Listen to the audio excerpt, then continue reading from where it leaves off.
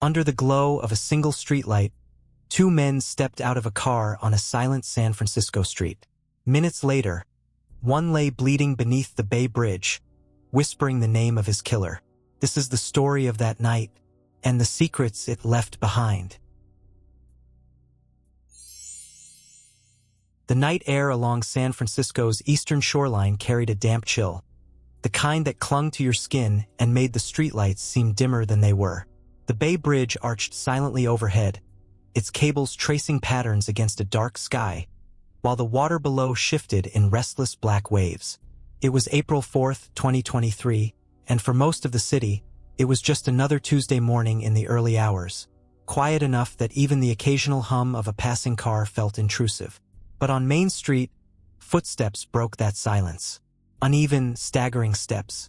A man was moving along the sidewalk, his body folding inward as if each pace was heavier than the last. In his hand, a phone pressed tight to his ear.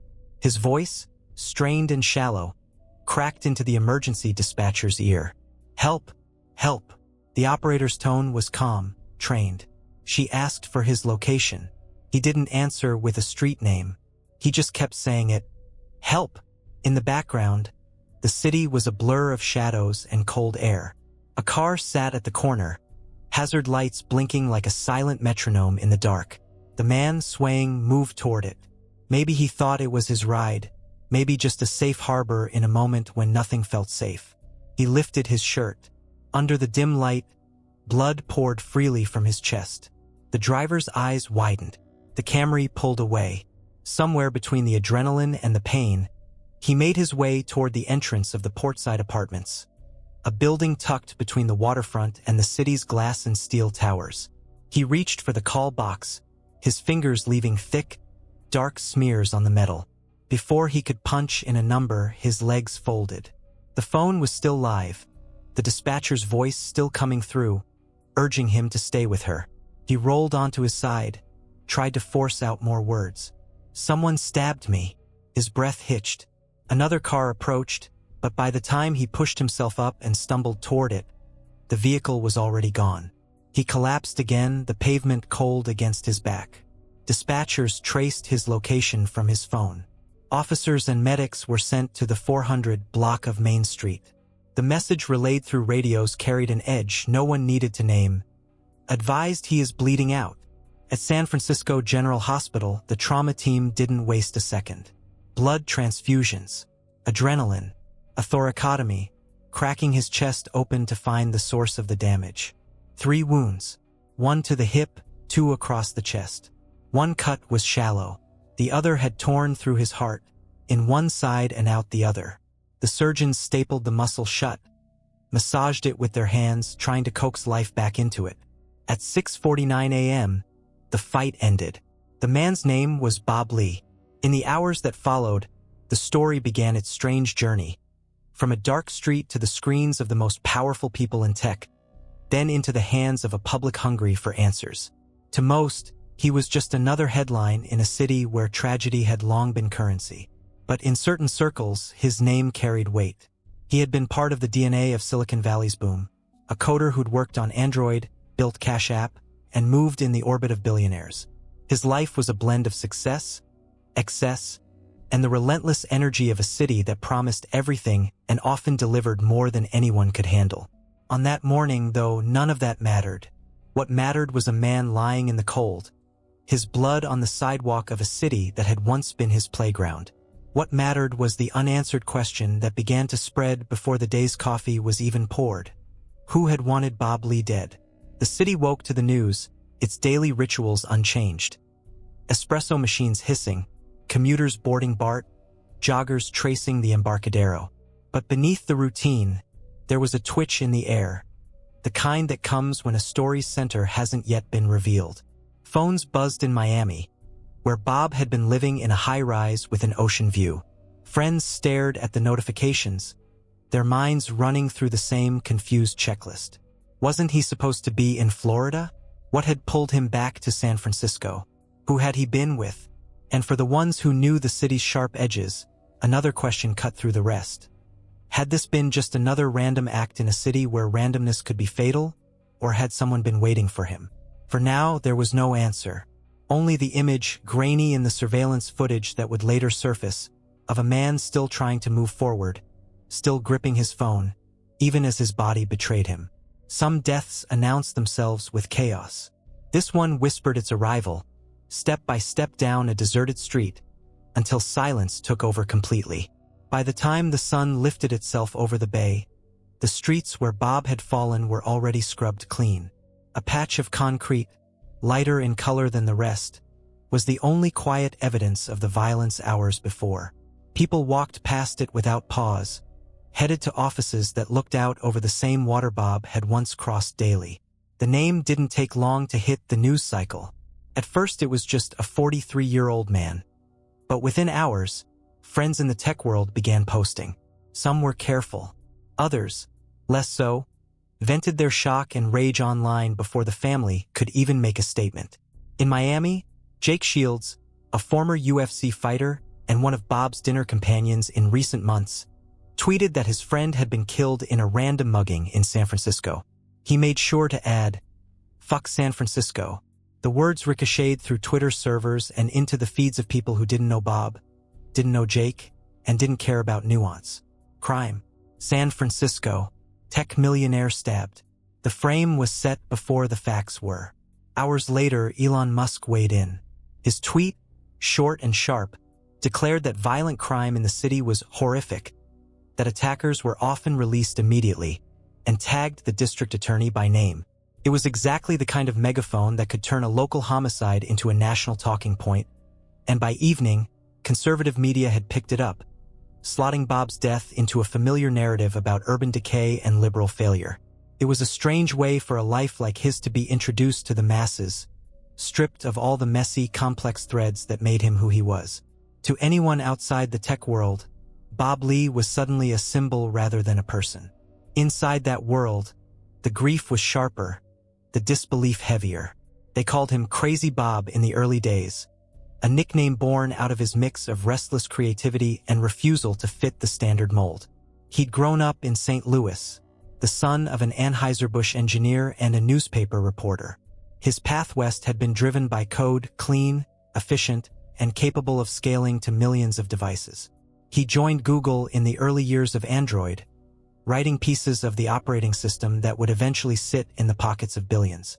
Later, at Square, he created Cash App, a product so simple it disguised the complexity humming beneath it. He was not, in the strict sense, famous. But in certain rooms, he was the guy everyone knew. If you didn't work with him, you knew someone who had. If you hadn't met him, you'd heard a story about a late-night conversation that somehow changed the way you thought about an idea. Success brought the expected perks. Money, access, the freedom to choose where to live and what to work on. It also brought the gravitational pull of San Francisco's elite orbit. Bob was a member of private clubs where the champagne flowed without a menu, where billionaires slouched in hoodies next to political operatives and artists. He knew the people who could move markets with a single tweet, and some of them called him a friend. But he wasn't anchored anywhere for long. Miami had been his latest home. Sunlight, water, the energy of a city that was pulling tech talent away from the Bay. He'd embraced it, but San Francisco still tugged at him. Friends there, projects that needed his presence. And maybe, despite the headlines about crime and decay, a piece of him still loved the city that had made him. What he was doing in the early hours of April 4th would become one of the central questions in the days to come. Police said little. They canvassed the area, pulled surveillance footage, interviewed anyone who might have seen him. Publicly, they refused to say whether it was random or targeted. Privately, whispers began to circulate about who he'd been with, where he'd been earlier that night, and what kind of argument might lead to the kind of wounds he'd suffered. Those who knew San Francisco streets were skeptical of the random attack theory. The block where he was found wasn't the Tenderloin, wasn't a stretch of sidewalk where dealers leaned in doorways and tents lined the curb. It was quiet, well-lit, the kind of place where, even at 2:30 in the morning, you could walk without scanning every shadow. The city itself had a way of twisting tragedy into fuel for its own fractured politics. To some, Bob's death was proof of a city in collapse, a once great hub of innovation rotting from within. To others, it was a reminder of how quickly outsiders could swoop in, take a single crime, and use it to fit their pre-made script. On talk radio, in boardrooms, on podcasts run by venture capitalists, the conversation turned to safety, to politics, to the idea that maybe San Francisco was no longer worth saving. For his family, though, the noise was just another layer of cruelty. His father's tribute online was simple, almost unbearably so. A picture, a few words about the son he loved, about the life that had been cut short. No politics, no theories, just grief. In the days that followed, every narrative seemed to compete for space. There were conspiracy threads claiming the killing was tied to his work in crypto. Others hinted at money laundering.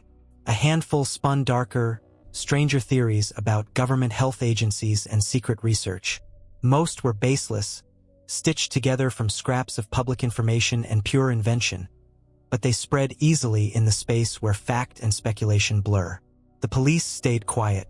That silence, intentional or not, acted like oxygen. In its absence, the story wasn't just about Bob anymore. It was about San Francisco, about tech's exodus, about crime and punishment, about whatever cause the person speaking into the microphone wanted it to be. Meanwhile, in a condo building across the bay, a man named Nima Momeni lived his life in a way that made some of his neighbors uneasy. He was charming at times, generous even, but also erratic, volatile. He could be the guy who returned a borrowed bowl filled with fresh fruit, and the guy who blasted music so loud it rattled walls. He could talk casually about drugs, about prostitutes, about things that left people unsure if he was bragging or confessing. In early April, he was telling a neighbor the police were looking for him, that there'd been a fight about a woman, that he might need to get rid of some things. It sounded, to the neighbor, like drunken rambling, until April 13th, when the flashing lights in the parking lot below confirmed the suspicion he hadn't wanted to believe. But that morning, on April 4th, none of that was public. All anyone knew was that Bob Lee had bled out on a street that didn't look like a place where people died. The first chapter of the story ended there. Not with answers, but with the quiet thud of a body hitting the pavement, and a city bracing for the storm that was about to follow. San Francisco has always been a place where beauty and menace coexist in the same frame. The streets can dazzle you with pastel-painted Victorians, blooming bougainvillea, and the shimmer of the bay at dusk. And then, in the next block, show you a scene that makes you pull your coat tighter and quicken your pace. It was a city that sold itself on innovation and tolerance, but the ground beneath it was restless in more ways than one. The tech boom had rewritten its skyline, poured billions into its economy, and turned old warehouses into glass-walled offices with kombucha taps. But it had also sharpened the divides, pushing housing costs into the stratosphere, squeezing out anyone who couldn't keep pace with the rising tide. Bob had arrived here at the right time, or maybe the last right time. The early 2000s were a moment when San Francisco felt like it was at the center of a new frontier. The internet was still idealistic, still something you could believe might make the world more open, more democratic. He joined Google's Android team in those days, a young programmer with more ideas than sleep. Later, at Square, he built Cash App, a tool so frictionless it seemed almost inevitable in hindsight. It wasn't just code. It was the kind of product that changed habits, that worked its way into the small daily moments of millions of people's lives. In person, he had the restless energy of someone who was always already thinking about the next thing. Friends remembered him as generous with his time, always willing to connect people who could help each other. He could be at home in a room full of coders talking through API integrations, or in a sleek rooftop bar debating the future of blockchain over an old-fashioned. But he wasn't immune to the city's changes. He'd seen the crime rates inch up, watched friends have their cars broken into so often they stopped bothering to fix the windows. He'd heard the stories, the brazen daylight thefts, the random assaults that made people rethink walking alone at night. And though he'd moved to Miami, San Francisco still called him back. Sometimes for work, sometimes for people. That last night in the city was supposed to have been just that. One last night before flying back east. What happened in those hours would be reconstructed in fragments. Security footage showing him with someone he knew, GPS data tracing a route through the city, eyewitness accounts that painted conflicting pictures. Police held those details close, releasing almost nothing to the public. In the vacuum, speculation spread like fog rolling down from Twin Peaks. In Miami, Shields gave interviews about how his friend had been driven out of San Francisco by its decline.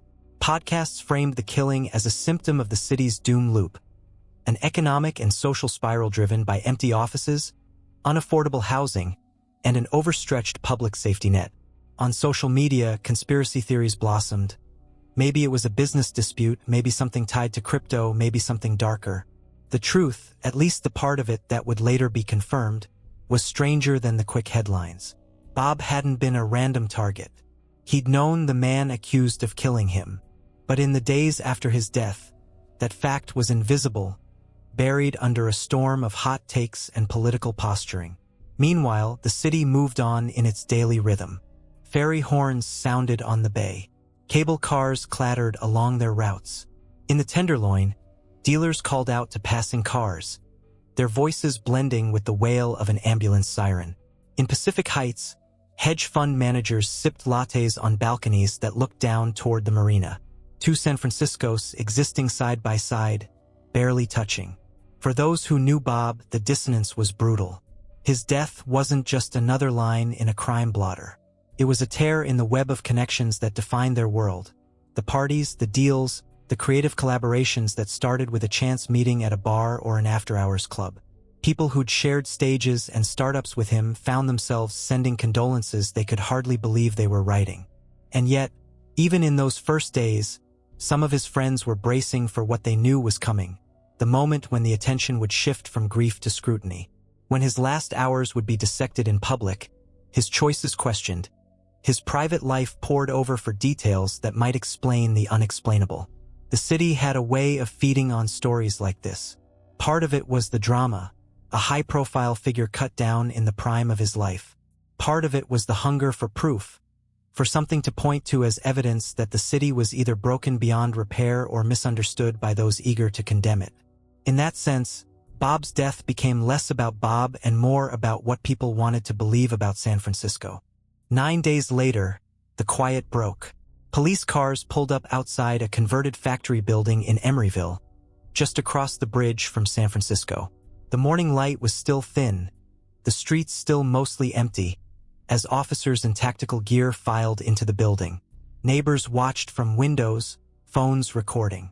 One of them, a tech entrepreneur himself, had lived across the hall from the man they'd come for, Nima Momeni. He wasn't shocked. He'd liked Nima at times, found him funny and even generous. But he'd also seen the other side, the erratic behavior, the late-night parties, the flashes of something harder to read. He'd heard enough to suspect trouble long before the flashing lights arrived. The arrest would change the narrative. No longer could Bob's death be framed as the work of a faceless predator in the night. This was personal. This was a story with roots in the same social world Bob had navigated so easily. A world of tech, nightlife, and blurred boundaries. But that was still to come. On April 4th, the questions hung in the air, unanswered, as the tide rolled in under the Bay Bridge and the city went about its day. Somewhere in the police evidence room, Bob's 2 cell phones sat in plastic bags, their screens dark, holding whatever pieces of the story had yet to be told. In a city that prided itself on reinvention, the truth had a way of taking its time to surface. For years, San Francisco had been an improbable stage where idealists and opportunists worked side by side, each convinced they were shaping the future. The city had always been a magnet for dreamers, from the gold prospectors who arrived with picks and shovels in the 1850s to the counterculture of the 60s, the dot-com cowboys of the late 90s, and the hoodie-clad founders who came after. In coffee shops, you could overhear conversations about changing the world in the same breath as discussions about series of funding rounds. Entire fortunes began with an idea scribbled on the back of a napkin in a dim bar on Valencia Street. Bob Lee had thrived in that environment. Fast-moving, collaborative, a place where what you knew mattered, but who you knew could matter even more. By the time he'd made his name, the tech scene had matured into something shinier, more calculated. Gone were the warehouse parties lit by a single string of bulbs and stocked with cheap beer. In their place were rooftop lounges overlooking the bay, catered with sushi and stocked with rare whiskeys. Deals were done as often at private dinners as in boardrooms, and invitations to certain gatherings could be worth more than some startup valuations. Bob knew the scene's contradictions. He'd seen brilliant ideas buried under egos, watched projects implode because ambition outpaced discipline. But he also believed in the possibilities. That belief had been part of his charm. He could make you feel like your idea was worth chasing, like it deserved a shot at becoming something real. That optimism was harder to maintain in recent years. The city's problems were no longer just background noise. Downtown storefronts sat empty. Tent encampments dotted sidewalks from Soma to the Haight. Reports of brazen thefts and assaults traveled quickly through group chats, layered with photos and videos that made the city seem like it was slipping out of control. For every story about a startup success, there was another about someone who'd been pushed onto a train track, carjacked, or robbed at knife point. Still, San Francisco's magic was stubborn. The fog rolling over Twin Peaks, the sudden glimpse of the Golden Gate through a break in the clouds, the warm hum of a packed music venue on a Friday night. They all had a way of making people stay, even when leaving might make more sense. When Bob returned that April, it wasn't for nostalgia. It was for people, for connections that still mattered. He moved through the city like someone who understood its rhythms, who could navigate its social map as easily as its streets. His name didn't open every door, it didn't have to, but in the circles that mattered to him, it was enough. The night before his death, those circles overlapped in ways that would later matter more than anyone realized. He was seen with people who were part of both the city's legitimate tech scene and its shadowy after-hours culture. A mix that had always existed here, even if it rarely made headlines. In San Francisco, those worlds weren't entirely separate. They shared the same neighborhoods, sometimes the same buildings. In another city, maybe those connections would have been less dangerous. But here, the line between a casual night out and a life-altering turn could be thinner than anyone wanted to admit. The same intensity that drove people to build billion-dollar companies could just as easily ignite in personal disputes, in jealousies, in the friction of people living too close and too fast. Some of Bob's friends, looking back, would say they'd felt something coming. Not exactly, but a sense that the circles he was moving in had sharp edges. Others dismissed that idea, unwilling to turn hindsight into blame. On April 4th, all of that was still unspoken. The official story was still just a man stabbed on a quiet street. But in certain pockets of the city, whispers had already started. About a woman, about a confrontation, about someone whose name would, within days, be on every news site in the country. Across the bay in Emeryville, Nima Momeni was still sleeping in his condo in the Besseler building, the one that had once been a factory for steam-powered cars. Neighbors knew him as both the guy who'd help you with your Wi-Fi and the guy who'd keep you up all night with his music.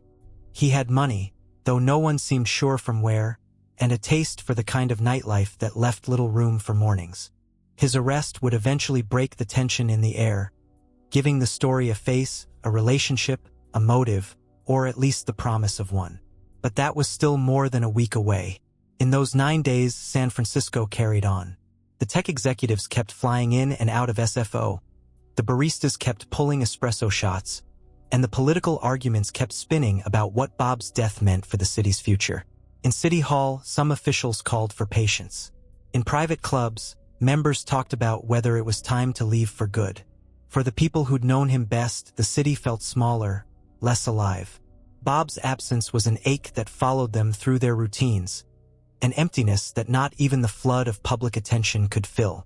And somewhere in the evidence folders stacked in the homicide unit, the truth of those final hours sat in cold, unchanging detail, waiting for the moment it would step out of the shadows. The city has a way of absorbing loss into its background noise. It doesn't stop for grief. It folds it in, like another layer of fog over the streets. By the second day after Bob's death, the headlines had already begun to thin, pushed down the page by new stories, new controversies. But in certain places, in chat threads, in whispered conversations over late dinners, his name still sat heavy in the air. Those who knew him tried to hold onto the memories that felt most like him. A conversation at 3 in the morning about a problem you'd been stuck on for weeks, and the way he'd see a solution you hadn't considered. A smile that made it clear he was already 3 steps ahead in his thinking. The willingness to show up when it mattered, even if it meant rearranging his own plans. But alongside the memories came questions. Too many of them. Why that street? Why that hour? And most of all, why him? The theories kept multiplying. On podcasts, well-known investors spoke as though the facts were already in, casting the killing as the inevitable result of a city in decline. On social media, accounts with no profile picture claimed to have inside knowledge of shady deals and dangerous people. The police said almost nothing, their silence becoming its own kind of statement, one that left room for every possible version of the truth. In the absence of certainty, people built their own narratives. Some painted Bob as a casualty of San Francisco's political dysfunction, a symbol of a city too broken to protect even its most influential. Others imagined darker conspiracies, spinning his success in tech into a motive for calculated revenge. Each theory said more about the person telling it than about what had actually happened. Somewhere in the city, the person who had put a blade into his chest was moving through their own routine. Maybe sleeping in late, maybe drinking coffee, maybe scanning the news to see what people were saying. They would have known that every hour without an arrest added to the pressure, and that pressure was beginning to ripple through the networks they moved in. The official investigation was moving quietly but deliberately.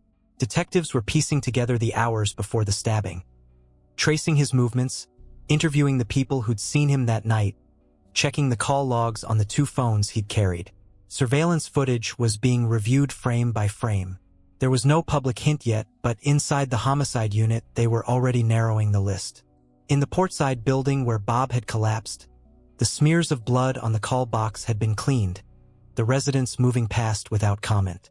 But some of them still thought about the sound of sirens in the early morning, the sight of officers standing under the building's awning, their radios hissing static into the damp air. Across the bay, in the Besseler building, life went on in the loft apartments and workspaces, though the neighbors of one unit had begun noticing small details they couldn't quite place. Car that hadn't moved. A door that stayed closed longer than usual. The sound of music replaced by silence. 9 days later, those details would align into something undeniable. The quiet would break under the weight of police boots on stairwells, the crackle of radios, and the clink of metal on wrists. But for now, in the days immediately after April 4th, all that existed was the space between fact and rumor. The space where the city's love of reinvention collided with its fear that some things couldn't be fixed. Somewhere between the glare of tech's bright promises and the shadows cast by the city's fractures, a man had died, and San Francisco, in its own way, was deciding what his death would mean. The truth was coming, but it would not arrive quietly. 9 days is a long time for a city like San Francisco to hold its breath.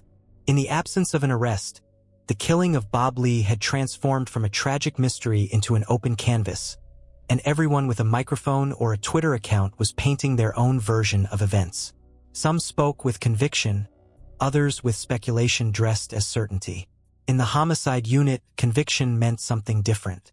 It wasn't about sounding sure, it was about building a case solid enough to hold up in court. That meant interviews, dozens of them.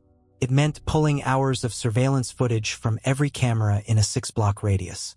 It meant analyzing digital trails, GPS pings from Bob's phones, transaction records, calls and texts from the hours before his death. What emerged first wasn't a face, but a map. A sequence of movements through the city on April 3rd and into the early hours of April 4th. A dinner, a gathering, car ride. Then, somewhere in that shifting timeline, a disagreement. The details weren't made public, but in private, detectives began speaking in more certain terms. This wasn't random. The man who had killed Bob Lee hadn't been a stranger lurking in the dark. He'd been close enough to stand beside him without raising alarm. In public, the speculation still ran wild. Tech investors on podcasts doubled down on their warnings about San Francisco's decline, painting Bob as the latest proof that the city had lost control. On the other side of the political spectrum, columnists accused them of exploiting the death to push their own agendas. Between those poles, friends and family tried to navigate their grief without getting pulled into the noise. Somewhere in the middle of it all was a name, one that hadn't yet reached the headlines but was quietly taking shape in the investigation. Nima Momeni. Across the bay in Emeryville, the Besseler building still looked the same from the outside. a repurposed industrial block with loft windows and steel accents. Inside, Momeni's neighbors knew him as a mix of contradictions. He could be generous, polite, even charming, but he also had a volatile edge.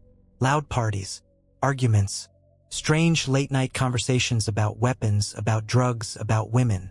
He was the kind of neighbor you might share a drink with one week and avoid the next.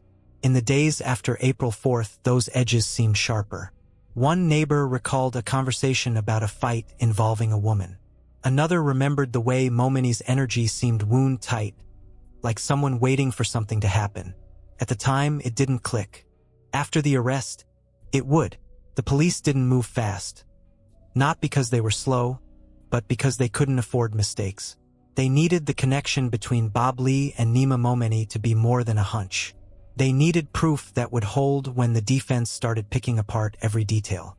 That meant phone records, corroborated witness statements, and the careful assembly of a timeline that left no room for doubt. While they worked, the rest of the city moved in its own rhythm. In Soma, tech workers ducked into coffee shops between Zoom calls. In the Tenderloin, dealers leaned against brick walls, watching for customers. On Nob Hill, the city's wealthiest slipped into chauffeured cars without looking toward the sidewalks.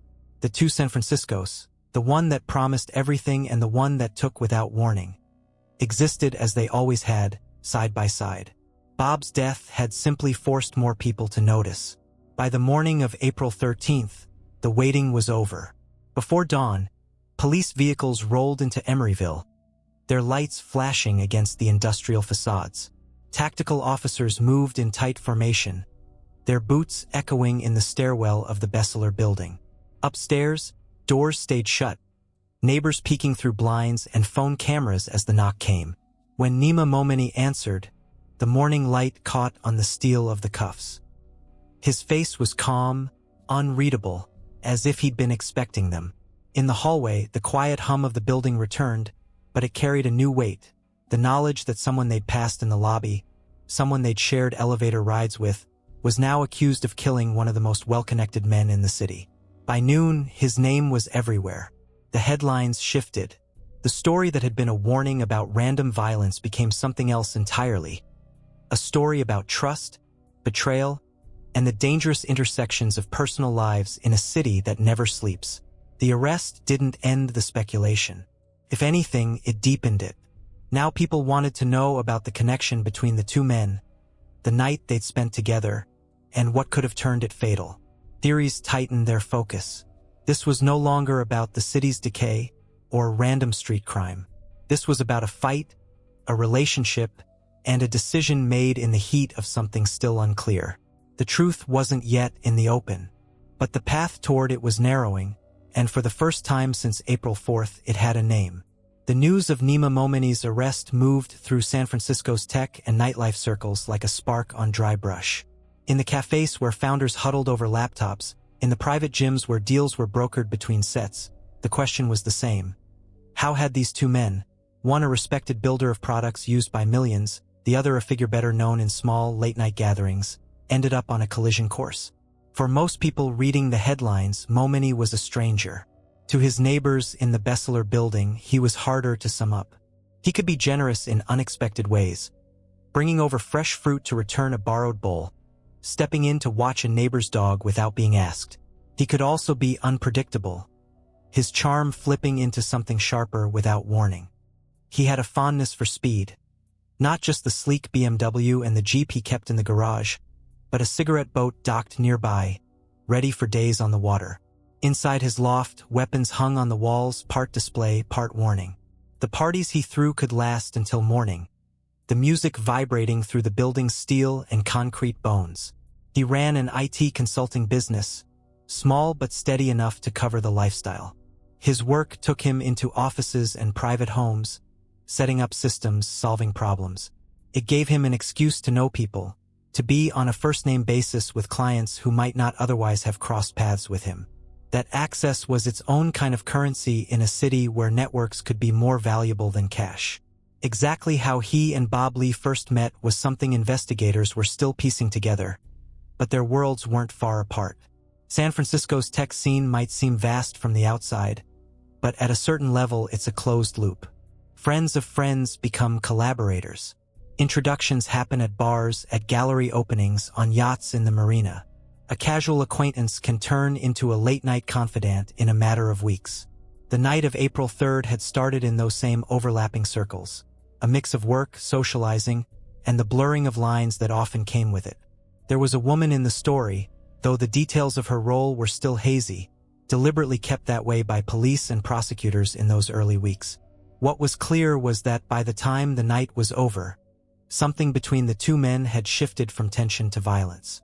When police led Momeni out of the Besseler building on April 13th, the narrative changed in an instant. The random street crime theory collapsed. The crime scene on Main Street became just the end point of a longer, more complicated chain of events. One that didn't start in the shadows but in familiar company. Momeni's first appearance in court was brief, procedural. He stood in the glass-walled enclosure, wearing a county-issued jumpsuit, his expression flat. The prosecutor outlined the basics. A personal dispute, a weapon, a fatal confrontation. Momeni's attorney countered with the presumption of innocence, hinting that the picture being painted was incomplete. Outside, reporters gathered quotes from anyone willing to talk. Some described Momeni as kind, respectful, even charming. Others called him volatile, controlling, a man who could go from calm to aggressive without warning. The contrast only fed the coverage. Now the story wasn't just about a killing. It was about the clash of two different versions of San Francisco. Bob Lee, the celebrated tech builder whose work had touched millions, and Nima Momeni, a smaller figure from the city's less visible circuits, connected by a single night that had ended in blood on the sidewalk. Behind the scenes, the investigation kept moving. Detectives were still working to lock down every detail. The route the two men had taken that night, the exact time and place the stabbing had occurred, and the chain of decisions that had led them there. Each new piece added weight to the case but also complexity. In the city's public imagination, though, the case had already taken shape. It wasn't about San Francisco's decay anymore. It was about the fault lines inside its own rarefied circles, the kind of fissures that most people never saw until they split wide open. In the weeks to come, those cracks would be pried open further, in courtrooms, in the press, and in the quiet, uncomfortable conversations between people who had once moved easily in the same rooms as both men. The city itself, as always, kept moving. The fog rolled in and out. The skyline glowed at night, a mix of office towers and condos, some full, some dark.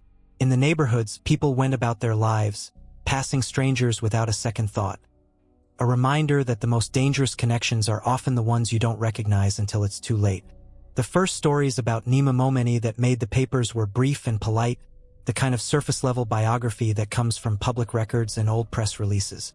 Born in Iran, raised in the East Bay, an IT consultant running his own business. On paper, it was ordinary, almost forgettable. But as reporters began calling people who'd known him, the edges of that picture began to fray. Some spoke of him as a generous neighbor, the guy who'd help you troubleshoot your Wi-Fi at midnight, who'd bring over fruit or a bottle of wine for no reason at all. Others described a man who liked control, who didn't take well to being told no, whose charm could curdle into something harder if he felt slighted. He had an appetite for status symbols, the fast cars, the speedboat, the designer clothes that stood out against the Besseler building's concrete hallways. Nights for him didn't start until most of the city was winding down.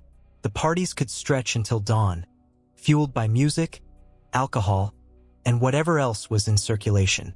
In certain circles, his name showed up in warning lists used by sex workers to alert one another to dangerous clients.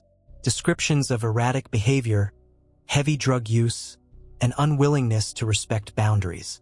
Whether everyone believed those accounts or not, they formed part of the off-the-record picture of who he could be. This wasn't the version of him his defense team would present when the time came. In court, he would be framed as a loyal brother, a devoted son, a man protecting someone he cared about. The prosecution would paint a different image, one of impulsiveness, volatility, and a readiness to cross the line when he felt wronged. In the weeks after the arrest, prosecutors worked to anchor that narrative in evidence. They combed through phone records, mapping out calls and texts between Momeni, Bob Lee, and others in the hours leading up to April 4th. They matched those communications with surveillance footage. 2 men in a car, an argument in private, and then, minutes later, Bob stumbling down Main Street with blood soaking his shirt. The exact spark that set off the violence remained a point of deliberate ambiguity in the public filings. The mention of a woman was there, but lightly sketched, the details blurred. That omission wasn't an oversight, it was strategy. Too much too soon could give the defense time to chip away at their framing.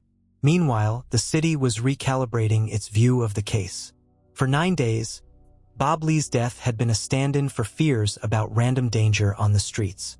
Now it was something more intimate, and in some ways more unsettling.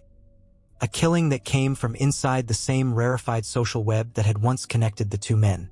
For people who moved in those spaces, it was a reminder that proximity could be as dangerous as anonymity. You could share a drink with someone 1 week and be in a courtroom with them the next, their name in the same headline as yours for reasons you never imagined. By late April, the court dates were set. Momeni was charged with murder with enhancements for using a knife. His plea was not guilty. In the courtroom, he stood clean-shaven, dressed in jail-issued orange, his expression unreadable as the charges were read. Behind him, in the gallery, reporters filled rows with notebooks and cameras, recording every flicker of movement. Outside, the city's noise continued. Tourists took pictures on the Embarcadero, oblivious to the courtroom just blocks away. In neighborhoods far from the waterfront, people stepped around tents on the sidewalks, the smell of cooking oil and exhaust heavy in the air. The rhythms of San Francisco didn't slow for trials, even high-profile ones. For Bob's family, the process was only beginning. They had to sit in a courtroom and listen to strangers dissect the last hours of his life, to hear his name repeated in procedural monotone, to watch the man accused of killing him sit calmly a few feet away. The gap between accusation and verdict would be measured not just in months, but in the weight of each hearing, each motion, each piece of evidence brought forward. And beneath it all was the question that had been there since the beginning, the one the city, the prosecutors, and the defense would each try to answer in their own way. What really happened between Bob Lee and Nima Momeni in those final minutes before the knife came out? The first pretrial hearing was short, but in its brevity there was a tension you could feel in the courtroom's air. A kind of static, the sense that something important was happening just beyond the words being spoken. The prosecutor's tone was even deliberate as she laid out the scaffolding of the state's case. Bob Lee, she said, had spent the evening in the company of Nima Momeni. They'd been together in the hours leading to his death. There'd been a confrontation involving a woman, and the evidence, both physical and digital, placed Momeni with Lee shortly before the stabbing. She didn't linger on motive. She didn't have to. The implication hung there like smoke. The defense took a different tack. Momeni's attorney rose, her voice clipped, precise. The prosecution's narrative, she said, was incomplete, selective. The events of that night were complex, emotional. Her client was not a predator lurking in the dark. He was a man caught in a volatile situation, one in which he'd acted out of concern, even protection. She promised that when the full context emerged, the picture would look nothing like the one being painted now. It was the first glimpse of the battle lines. On one side, a story of calculated violence, fueled by ego or resentment. On the other, a claim of chaos, of split-second decisions misread in hindsight. Reporters scribbled notes, some already drafting the day's headlines in their minds. In the gallery, a few spectators leaned forward, as though waiting for one side to slip and reveal something not yet meant for public ears.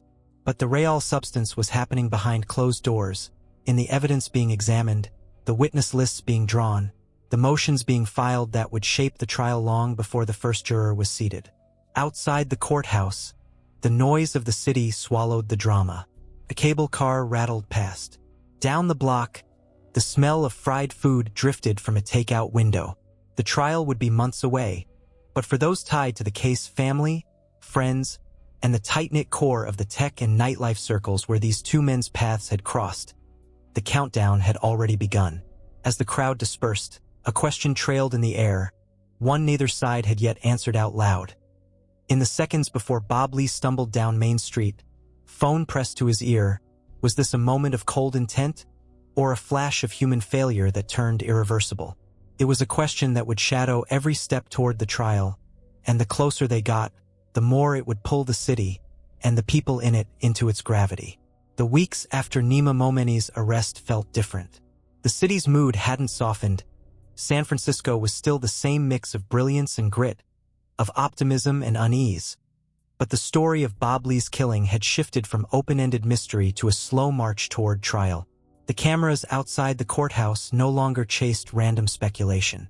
They had a name, a face, and the beginnings of a courtroom drama to follow. Every new detail that surfaced became a headline. Surveillance footage showing Lee walking beside Momeni's white BMW. The text messages hinting at tension before the stabbing. The mention, always vague, of a woman at the center of the argument. Each piece was dissected on morning talk shows, on late-night podcasts, in the informal postmortems that unfolded at bars and private dinner tables. The tech world watched with a kind of wary fascination. Some knew Bob personally, others only by reputation. But the case had become a mirror reflecting something uncomfortable back at them. The fragility of the bubble they'd built. For years, they told themselves their world was separate, immune to the kind of violence and chaos they saw on the streets below their office windows. Now that belief was harder to hold. For Momeni, the reality of jail life was a stark contrast to the loft in Emeryville. The hum of servers and bass-heavy playlists was replaced by the clang of cell doors and the rhythm of daily counts. His attorneys visited often, bringing updates, strategy, and reminders to stay quiet. In this kind of case, every word mattered, and even an offhand remark could end up as evidence. The prosecution's team worked in parallel, narrowing their focus. They didn't need to tell the whole story, just the one that would convince 12 jurors beyond a reasonable doubt. That meant stripping away everything that didn't directly point to intent. The arguments about the city's safety, the swirl of conspiracy theories, even most of the speculation about the woman who'd been there that night. Their version would be clean, precise, and anchored in timelines, forensics, and the sharp edge of the blade. Meanwhile, the defense dug into every corner of Bob Lee's life, not to smear him, but to look for context that could soften the edges of the state's narrative. Who had he been with? What had he been doing in those hours before the stabbing? Were there details that could suggest provocation, confusion, even fear? For the families, it was a different kind of waiting. Bob's loved ones had already endured the shock of his death and the chaos of public speculation. Now they faced the grind of the legal process. Hearings that lasted minutes, followed by weeks of silence. Momeni's family had their own weight to carry, standing by someone accused of a crime that could take decades, even a lifetime, from him. The city's media machine kept the story alive between court dates. Profiles of both men appeared in glossy magazines and on the front pages of local papers. One would highlight Bob's achievements, the products he'd built, the lives he'd touched. Another would examine Momeni's life, his business, his relationships, the contradictions in the way people spoke about him. San Francisco itself became part of the narrative again. The case was no longer being used as a blunt instrument to argue about crime, but it still reflected the city's paradoxes. The same streets where billion-dollar deals were celebrated with champagne could, within hours, become crime scenes lit by police floodlights. As the trial date inched closer, the list of witnesses grew. Some were friends of both men, others had seen or heard things on the night in question. A few were reluctant, their names pulled into the case simply because they'd been in the wrong place at the wrong time. Each would be interviewed, prepped, and slotted into a story that the jury would hear one day from the stand. In the quiet corners of the city, away from the headlines, people in the overlapping worlds of tech and nightlife started looking differently at the faces they saw at parties, in clubs, in conference halls. Every handshake, every casual introduction carried a trace of the case's shadow, a reminder that the same network that could lift you to dizzying success could, under the wrong circumstances, pull you into something you could never undo. The countdown to the trial was a drumbeat no one could ignore. Each passing week felt like the city was holding its breath again, waiting for the next chapter to drop. When it did, the courtroom wouldn't just be a place for facts and law. It would be the stage where two sharply different versions of April 4th, 2023, would go to war. And behind each version, unspoken but present, was the same haunting question. Was Bob Lee's death the result of a deliberate choice, or the kind of moment that could happen to anyone, given the wrong mix of people, pride, and timing? For weeks, her name didn't appear in headlines. In the court filings, she was just a witness, one of many.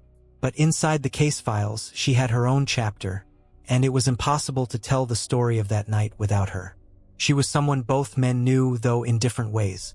To Bob, she was a friend, someone he'd shared late-night conversations with, someone he trusted enough to meet up with when he was in the city. To Momeni, she was family by choice if not by blood, a constant in his social orbit, someone he saw as under his protection. It was at her apartment where some of the last peaceful hours of April 3rd played out. Drinks, music, conversation that ebbed and flowed. The group was small, but the dynamic was layered.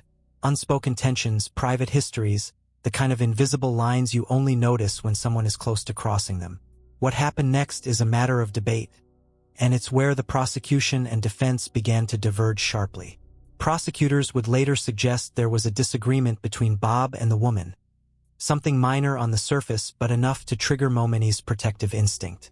The defense leaned toward a different framing, that whatever disagreement there was, it didn't justify violence, and that the events afterward were murkier than the prosecution wanted to admit.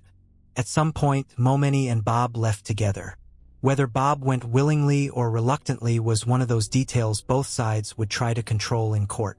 What was clear was that they ended up in Momeni's car, driving through the quiet streets toward the Embarcadero. Phone records would later show a call from Bob to the woman as he walked, bleeding, down Main Street. The words of that call would become one of the prosecution's anchors, a dying man identifying his attacker, framing the moment not as a misunderstanding but as an intentional act. For the defense, the challenge was to erode the certainty of that moment. Stress, injury, and shock could blur memory, they'd argue. Words spoken under those conditions might not tell the whole story. But outside the courtroom, those arguments hadn't begun yet. All anyone had was the sketch. Two men, a woman, a late-night confrontation that ended with one of them bleeding on the street. It was a story simple enough to repeat but complicated enough to keep people talking, each person filling in the blanks according to their own biases. The woman herself stayed quiet. Friends said she was shaken, that the weight of what had happened in her orbit was too much to process. Others, less sympathetic, called her a ghost. Someone who had pulled two men into her world and then disappeared into the background while the wreckage played out in public. For the legal teams, she was more than a figure in the background. She was a pivotal witness, someone who could connect the dots between Bob Lee's last hours and Nima Momeni's intentions. She also had the power to complicate everything, to tilt the emotional balance in ways the jury might not see coming. By early May, her subpoena had been issued. It was only a matter of time before her name would appear in open court, before her version of the night would be picked apart, questioned, and replayed in the minds of everyone following the case. And when that happened, the trial would no longer just be about a stabbing. It would be about loyalty, perception, and the unpredictable chemistry between people whose lives had been intertwined long before April 4th. The anonymity didn't last. In a case like this, names have a way of leaking, whispered over drinks, hinted at in private group chats, pieced together from the corners of public records. By the time a local blog published an article speculating on her identity, half the city's tight-knit tech and nightlife circles already knew. The photo the blog used was soft-lit, years old, taken from social media. She looked like anyone you might pass at a rooftop party or see in line for a late-night show in the Mission. The headline didn't say much, but the implication was enough to pull her into the public frame. From that moment, the pressure shifted. Friends who had been checking in privately now had to choose between loyalty and self-preservation. Strangers sent messages, some sympathetic, others venomous. She avoided public places, stopped posting online, and moved through the city in a way that made her harder to find. Inside the courtroom, her role was being redefined. The prosecution saw her as a bridge, the person who could connect the private tension of that night to the public violence that followed. She could humanize Bob in the jury's eyes, showing the warmth and trust he'd placed in her. And she could confirm the sudden turn in Momeni's behavior. The defense viewed her differently. She was a complication, a witness whose testimony could be colored by her own emotions, whose version of events could shift under pressure. They began combing through her history, looking for inconsistencies, for moments they could use to frame her memory as incomplete, subjective, maybe even self-serving. Neither side underestimated her. In a trial that would ultimately hinge on intent, her words could sharpen or dull the blade in the jury's mind. As the weeks wore on, she became the silent center of a growing storm. The legal teams moved their pieces with her in mind, which questions to ask, which evidence to emphasize, which threads to pull in cross-examination. Reporters worked their sources, careful not to publish too much too soon, but knowing her testimony would one day be public record. Meanwhile, the city watched from a distance, waiting for the next headline, the next leak, the next turn in a story that had already blurred the lines between public tragedy and private drama.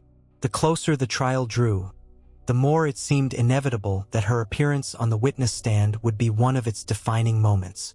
And when she finally took that stand, it wouldn't just be her memory of April 3rd that was on trial.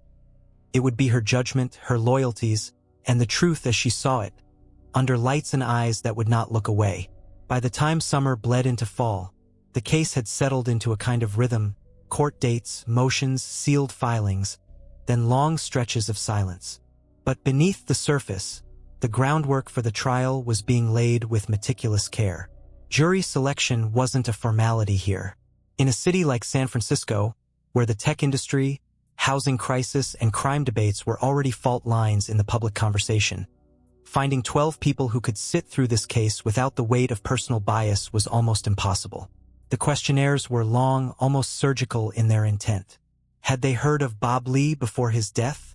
What were their opinions about the tech industry? Did they believe violent crime was increasing in the city? How did they feel about self-defense? The answers weren't just boxes checked. They were data points in a psychological map, guiding each side toward the jury they wanted. The prosecution wanted people who trusted institutions, who would see a police investigation as methodical and credible. They wanted jurors who would respond to a clean timeline, to the logic of evidence laid out in order. The defense wanted skeptics, people who would question motives, who believed that human memory could fail, that even the clearest seeming case could hide unseen layers. Meanwhile, in the court of public opinion, the story was still evolving. Leaks dripped into the news cycle, hints about forensics, text messages, witness lists.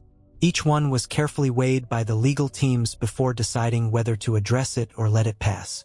Too much public commentary could taint the jury pool. Too little could let the other side control the narrative. Inside the courtroom, the pretrial hearings were like shadow rehearsals. Lawyers tested phrases, gauged reactions. The judge set boundaries: what could be introduced, what would be kept out. Both sides pushed for their version of the night to be the lens through which the jury saw every piece of evidence. Momeni appeared at each hearing in a crisp suit borrowed for the day, his hair neatly combed. His face rarely betrayed anything, though sometimes, when the prosecution spoke, his jaw would tighten just slightly. A flicker so small you'd miss it if you weren't watching for it. For Bob Lee's family, each appearance was a fresh wound. They sat in the same seats every time, a silent row of grief and patience. They knew the trial would ask them to relive April 4th over and over, to hear strangers dissect his life, his choices, even his last words. And then came the final pretrial conference, the last meeting before opening statements. It was quick, almost businesslike. The jury was set. The witness list was finalized. The schedule was locked. In 2 weeks, the trial would begin. When the lawyers filed out of the courtroom that day, the air outside felt different. The months of quiet maneuvering were over. The next time they stepped into that room, it wouldn't be for motions or procedure. It would be to tell the story, their story, of what happened in those final minutes between Bob Lee and Nima Momeni. Both sides believed theirs was the truth. But in a trial, the truth is less about what happened and more about what you can make 12 strangers believe. The first day of trial began under a gray San Francisco sky, the kind that pressed low over the city and made the streets smell faintly of rain. Outside the courthouse, cameras waited in a tight cluster, lenses trained on the double glass doors. Reporters spoke into microphones with the practiced cadence of people who had told the same story many times before, each promising viewers they'd hear the truth inside. When the jury filed in, the room shifted. The hum of quiet conversation stopped. Lawyers straightened their posture. The judge's voice, calm and measured, reminded everyone of the rules. No outbursts, no recording, no speaking to jurors. Then the prosecution stood.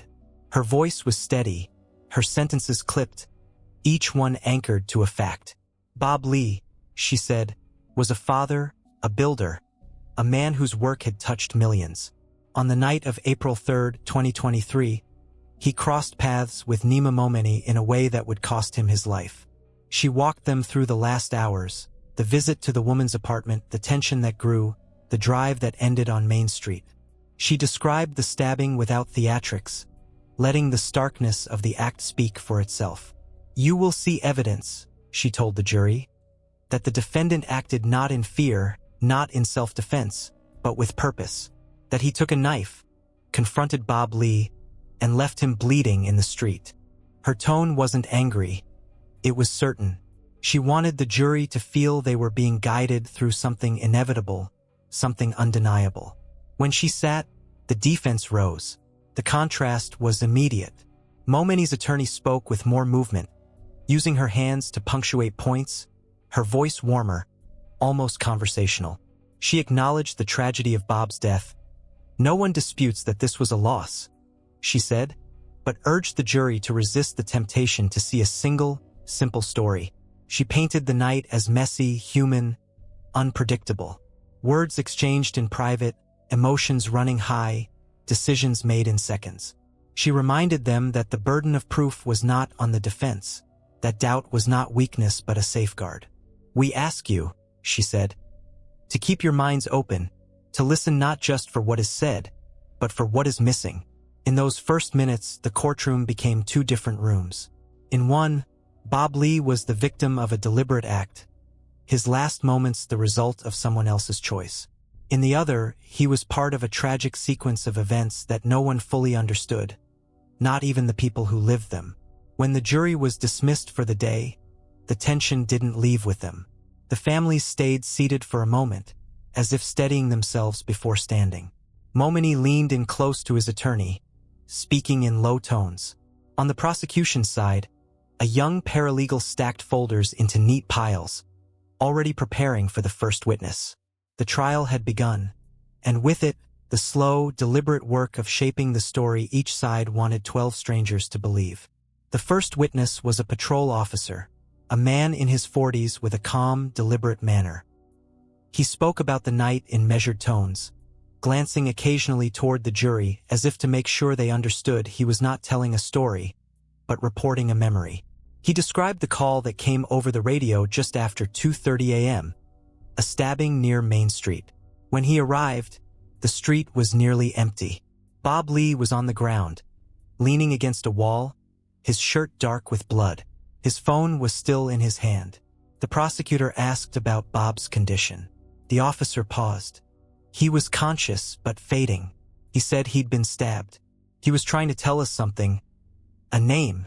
The courtroom was silent, the sound of pens scratching across notepads the only noise. The officer recounted how they tried to keep Bob talking, tried to stem the bleeding until paramedics arrived. The defense didn't contest the basic facts, but on cross-examination they focused on the chaos of the moment. Could the officer be sure of what he'd heard? Was it possible Bob was saying something else? In the confusion, could details have blurred? The officer stood by his account, but the seed of doubt, small as it was, had been planted.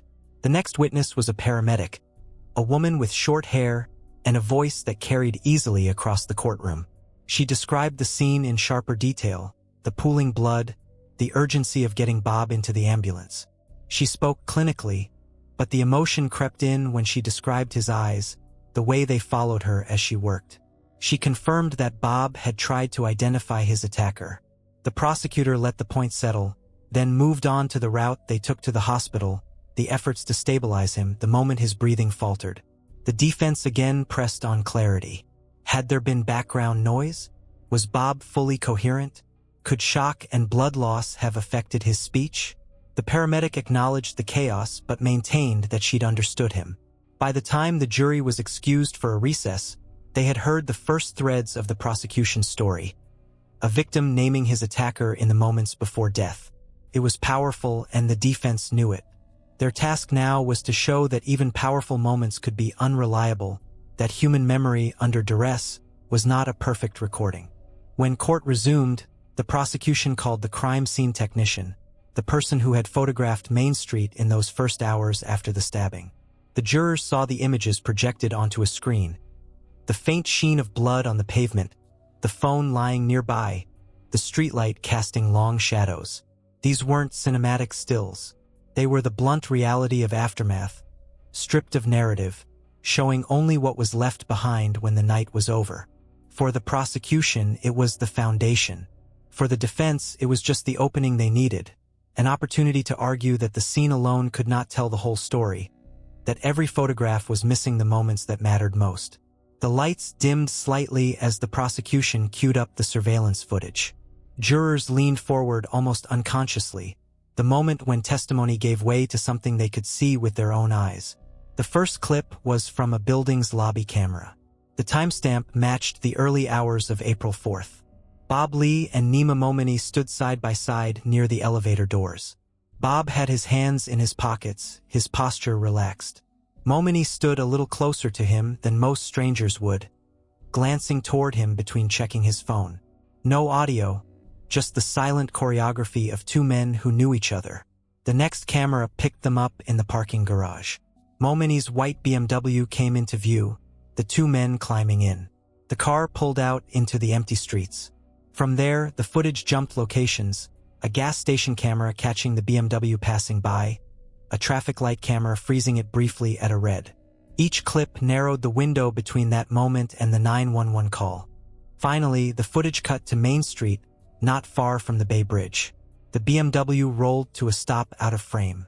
A figure emerged, Bob Lee, walking quickly, almost unsteadily, holding his side. He crossed the street, phone to his ear, disappearing behind a building.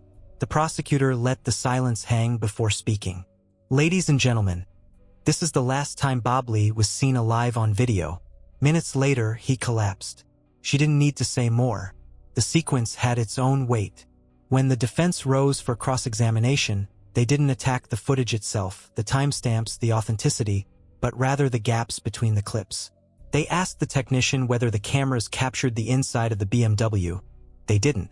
Whether any footage showed an actual confrontation, none did. Whether anything on the video could explain what happened between the car stopping and Bob walking away, nothing. It was the first glimpse of their strategy. Not to deny the physical facts, but to focus on the moments the cameras didn't see. Those gaps, they implied, were where the real story lived. The judge called for adjournment soon after. As the jurors filed out, they carried with them the images of that night. Fragments stitched together into a narrative the prosecution hoped would feel inevitable. But the defense had already planted its quiet challenge. Inevitability is only convincing if nothing important is missing. In the hallway outside, reporters sent hurried updates to their editors. Inside the locked conference rooms, the legal teams marked up their notes for the next day. Tomorrow's witnesses would take them deeper, into phone records, text messages, and the digital echoes of a night that had ended in blood. The story was tightening, but so were the spaces where the truth might still be contested. The morning began with the quiet hum of jurors settling into their seats, notebooks at the ready. On the prosecution's table, a thick binder waited, phone logs, text transcripts, data charts, each page a digital fragment of April 3rd and 4th. The first witness was a digital forensic specialist from the SFPD. She explained, in patient detail, how investigators had subpoenaed records from multiple carriers, how they'd matched tower pings to build a map of Bob Lee's and Nima Momeni's movements. It was technical, almost dry, until she began reading the messages aloud. At 11:30 p.m., Bob to the woman, "You good?" Pause of 10 minutes. Her reply, "Yeah, Nima's here." Less than an hour later, a message from Bob to Nima, "Just making sure everything's cool." The prosecutor let the jury hear each exchange. unedited. Then came the calls, one at 2:32 a.m., another at 2:34 a.m., the latter lasting less than a minute. Where were these calls made from? The prosecutor asked. The specialist pointed to a spot on the digital map. Both originated in the area where the BMW was stopped, near Main Street. It was a small but potent moment, the technology drawing a dotted line between the car and the place where Bob was found bleeding. Then came the call the prosecution had been building toward, 2:35 a.m., Bob to the woman. Duration, 1 minute, 43 seconds. The jurors already knew what they'd heard from the paramedic and the officer, that Bob had named Nima as his attacker. Now they could see the timing, seconds after he left the BMW. When it was the defense's turn, they leaned into ambiguity. Are you a linguist? No. Can you tell us the exact tone of voice in these calls? No. So you can't say whether Mr. Lee was calm, panicked, angry. I can't assess tone from call logs, no. The defense's point was clear. Data could show connection, but not context. A call could be an accusation, or it could be a plea, or it could be something else entirely. The jury would have to fill that gap themselves. Then they turned to the texts. Could a phrase like, making sure everything's cool, mean many things depending on the relationship between two people? Yes. Could it mean checking on someone's safety? Yes. Could it mean smoothing over a disagreement? Yes. With each question, the defense tried to make the jury see the words as mutable, open to interpretation. By the time court adjourned for lunch, the prosecution had drawn a tight frame around the minutes before the stabbing. The defense had responded by trying to smudge that frame, just enough that nothing inside it could be taken as absolute. Neither side had won the day outright, but the jurors now carried something new with them, the private language of that night, frozen in time, and the question of whether it revealed the truth or merely hinted at it. The afternoon session began with a tray covered in brown paper evidence bags. The jurors watched as the technician, wearing thin blue gloves, lifted each item with deliberate care, holding it just long enough for them to take it in before setting it back down. The knife came first, stainless steel, folding blade, about 3.5 inches long. The metal was dulled from use, the handle showing small scratches near the hinge. It was found in the Bay Bridge on-ramp area, near where the BMW had stopped. The prosecution made no effort to dramatize it. The weight of the object spoke for itself. The crime lab analyst walked them through the testing. Fingerprints, partial but clear enough to match Nima Momeni. Blood traces on the blade, confirmed through DNA analysis as belonging to Bob Lee. The prosecutor let that land for a moment before moving on. Were any other prints found? Yes, partial prints belonging to Mr. Lee. The jurors shifted slightly. The image forming in their minds was inevitable. Both men's hands had been on the knife. The defense, when their turn came, went after the chain of custody. Had the knife been handled by multiple officers before lab testing? Yes, but all wore gloves. Could partial prints sometimes result from secondary transfer? Yes, in rare cases. Was there definitive evidence showing when those prints were left? No, fingerprints don't carry timestamps. Then they pivoted to the location of the knife's discovery. The prosecution had suggested it was tossed after the stabbing. The defense asked whether the area was accessible to anyone passing through in the hours afterward. The analyst admitted it was. It wasn't about disproving the knife's role, that would be impossible. It was about showing the jury that the clean, straight line the prosecution was drawing between weapon and intent could bend, even if only slightly. Next came the clothing. Bob's shirt and jacket, sealed since the night of his death. The holes in the fabric matched the blade's dimensions. Under magnification, fibers showed trace amounts of the same steel alloy found in the knife, microscopic evidence of metal meeting cloth at speed. The prosecution rested their case for the day on that point. The weapon, the DNA, the physical match. But as the jurors filed out, the defense knew tomorrow would give them a new opening. Forensics could tell what happened, but not why. And in a case built on intent, why was the battlefield they were counting on? Outside the courthouse, the headlines wrote themselves. Inside, both sides circled the same truth. The knife might cut both ways. The courtroom was already tense when she walked in. No announcement, no theatrics. Just the scrape of the door and the sudden awareness that the woman at the center of the argument was now here, in full view of the jury. She wore muted colors, her hair pulled back, the kind of careful presentation that suggested hours of thought. Her eyes flicked briefly toward the gallery, then to the judge, but never to Nima Momeni. The prosecutor began gently, asking about her connection to both men. She confirmed she had known Bob Lee for some time. Friendly, sometimes seeing each other socially when he was in the city. She also knew Momeni well, part of the same overlapping circles. Someone she trusted enough to spend late nights with in her apartment. The questions moved to April 3rd. She described the evening in snapshots. Drinks, music, light conversation. Nothing dramatic at first. But then, a change. Tension she couldn't quite define. Glances exchanged between Bob and Nima that carried more than words. "Did you hear them argue?" the prosecutor asked. "Not exactly argue," she said. "But there was a tone, like something unspoken." She admitted to leaving the room for a few minutes. When she returned, Momeni's demeanor had shifted. Quieter, sharper, as if his thoughts were already elsewhere. Bob, she said, looked uneasy, and then they left together. She didn't try to stop them. She said she thought they were talking things out. Minutes later, her phone rang. Bob's voice, strained, told her what had happened.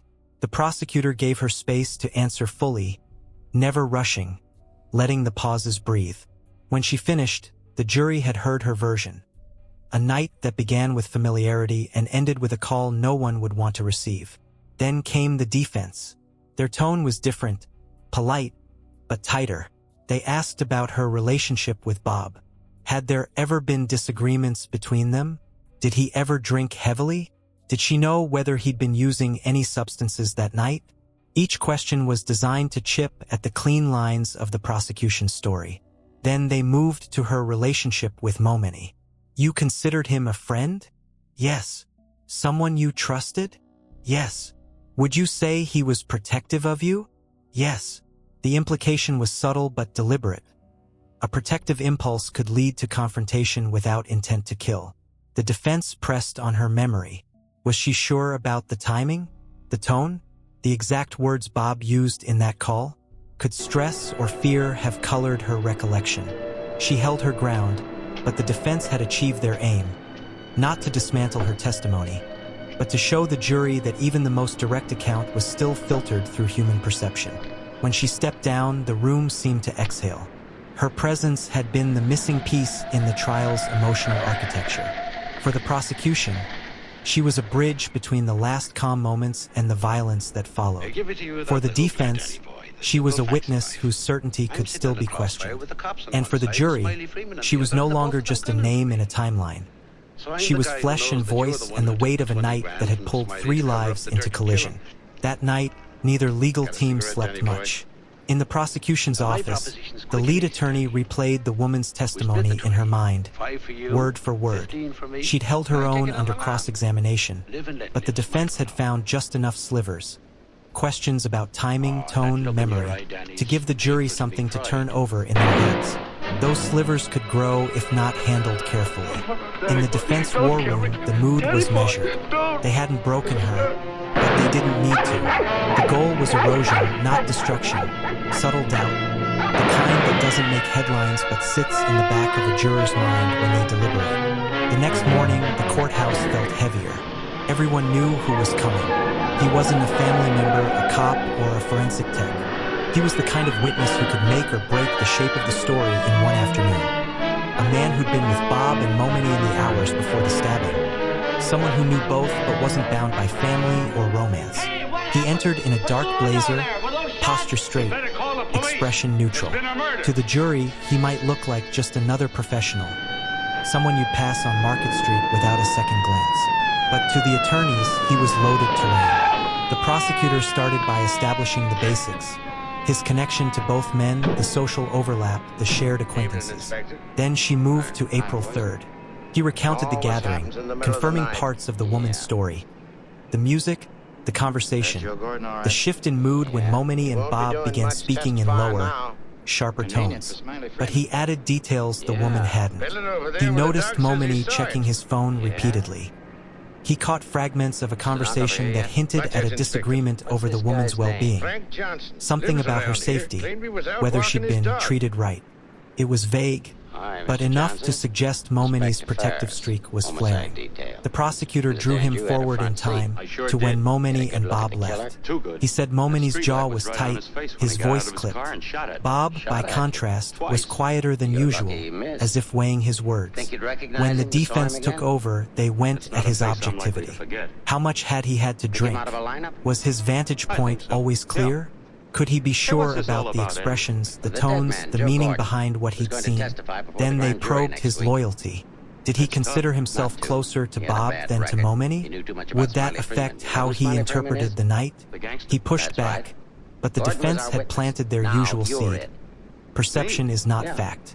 By the time he stepped down, the jury had heard the same night described 3 different ways, each version overlapping but never perfectly aligned. The picture was forming.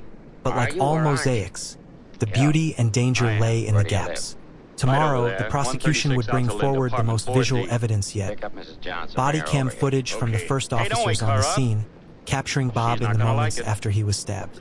It was raw, unfiltered, and neither side was entirely certain how the jury would take it.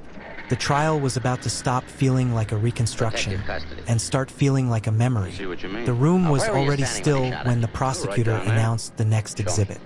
"Members of the jury," she said, "you're about to see body-worn camera footage from the first officers who responded to the scene." She paused, letting that sink in. "This will show Mr. Lee in the minutes before he was transported to the hospital. Some of it may be difficult to watch. The lights dimmed slightly, and the screen flickered to life.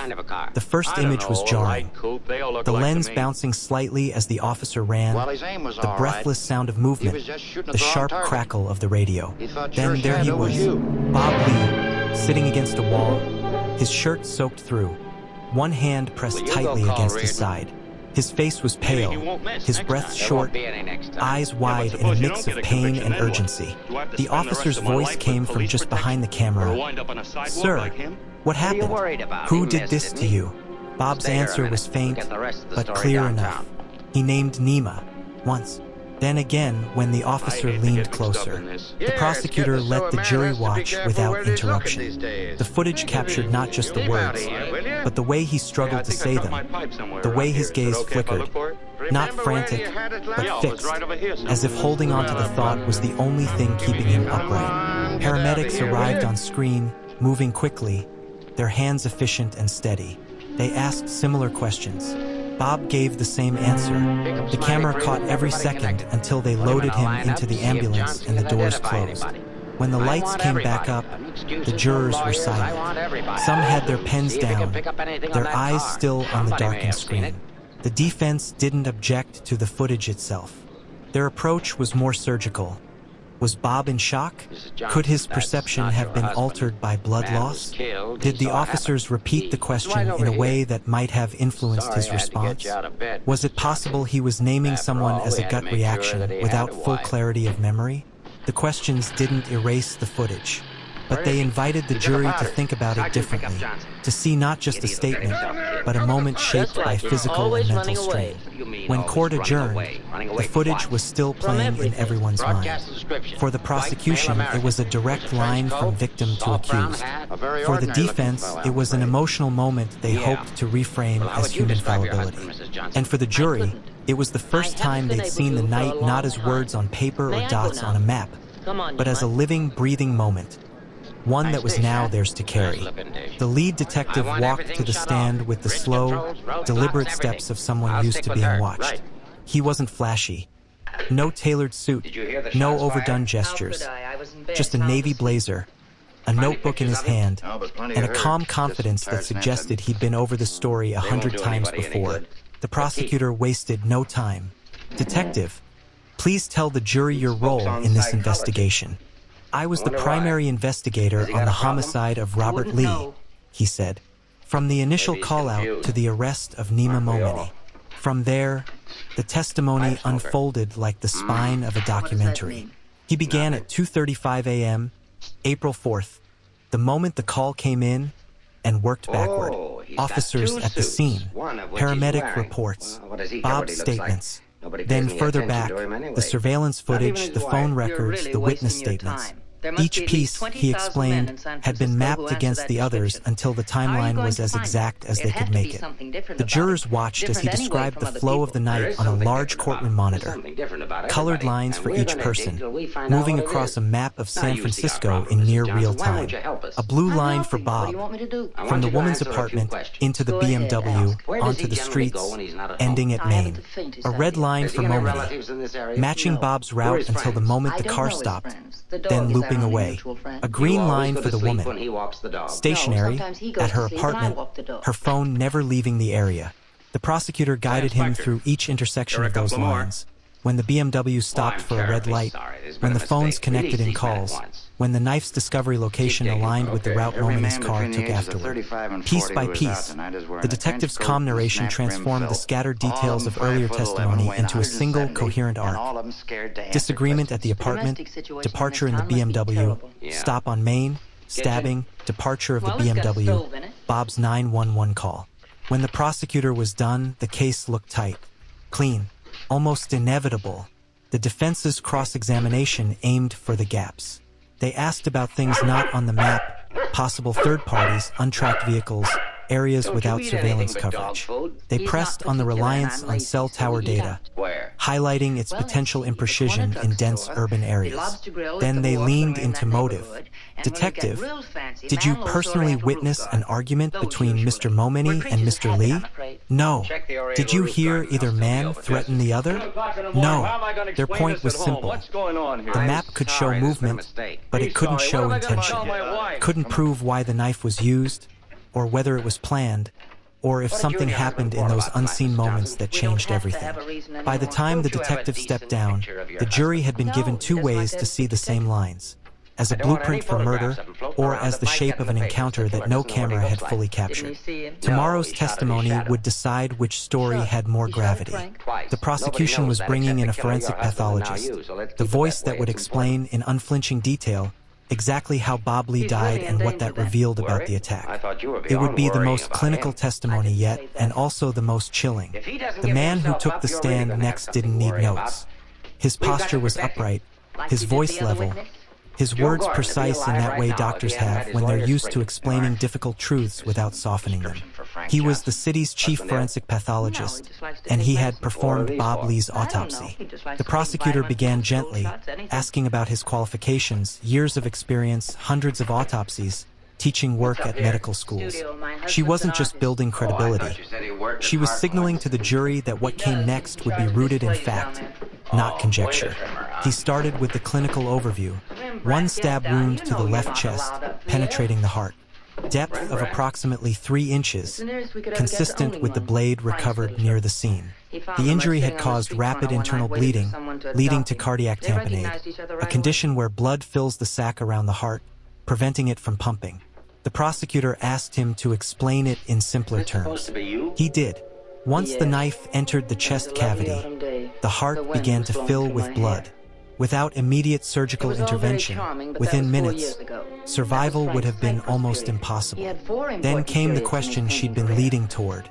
Doctor, in your expert opinion, was this wound consistent with an accident? No, he said without hesitation. The angle, depth, and force required suggest a deliberate thrust. It's not the type of injury one would expect from incidental contact or a defensive motion. The jurors shifted. The words were clinical, but the meaning was clear. When the defense took over, their questions were careful. They asked whether it was possible for someone in close quarters, perhaps struggling, to inflict such a wound without intending to kill. The doctor conceded it was theoretically possible, but rare. They asked about the role of adrenaline, about whether a person could deliver such a strike without realizing its fatal potential.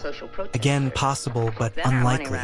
Their aim wasn't to dismantle his findings. The wound was real, the cause of death certain, but to pry open even the smallest crack in the certainty of intent. The doctor stepped down, leaving behind a silence heavier than most witnesses had. It wasn't just that he'd described the mechanics of death. It was that his testimony had drawn a straight, sharp line between action and outcome, one that the defense would have to bend if they hoped to save their client. The prosecution was nearly done.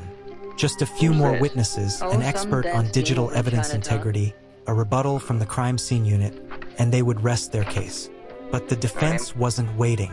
Their opening move in their own case was already set, and it was risky, putting Nima Momeni himself on the stand.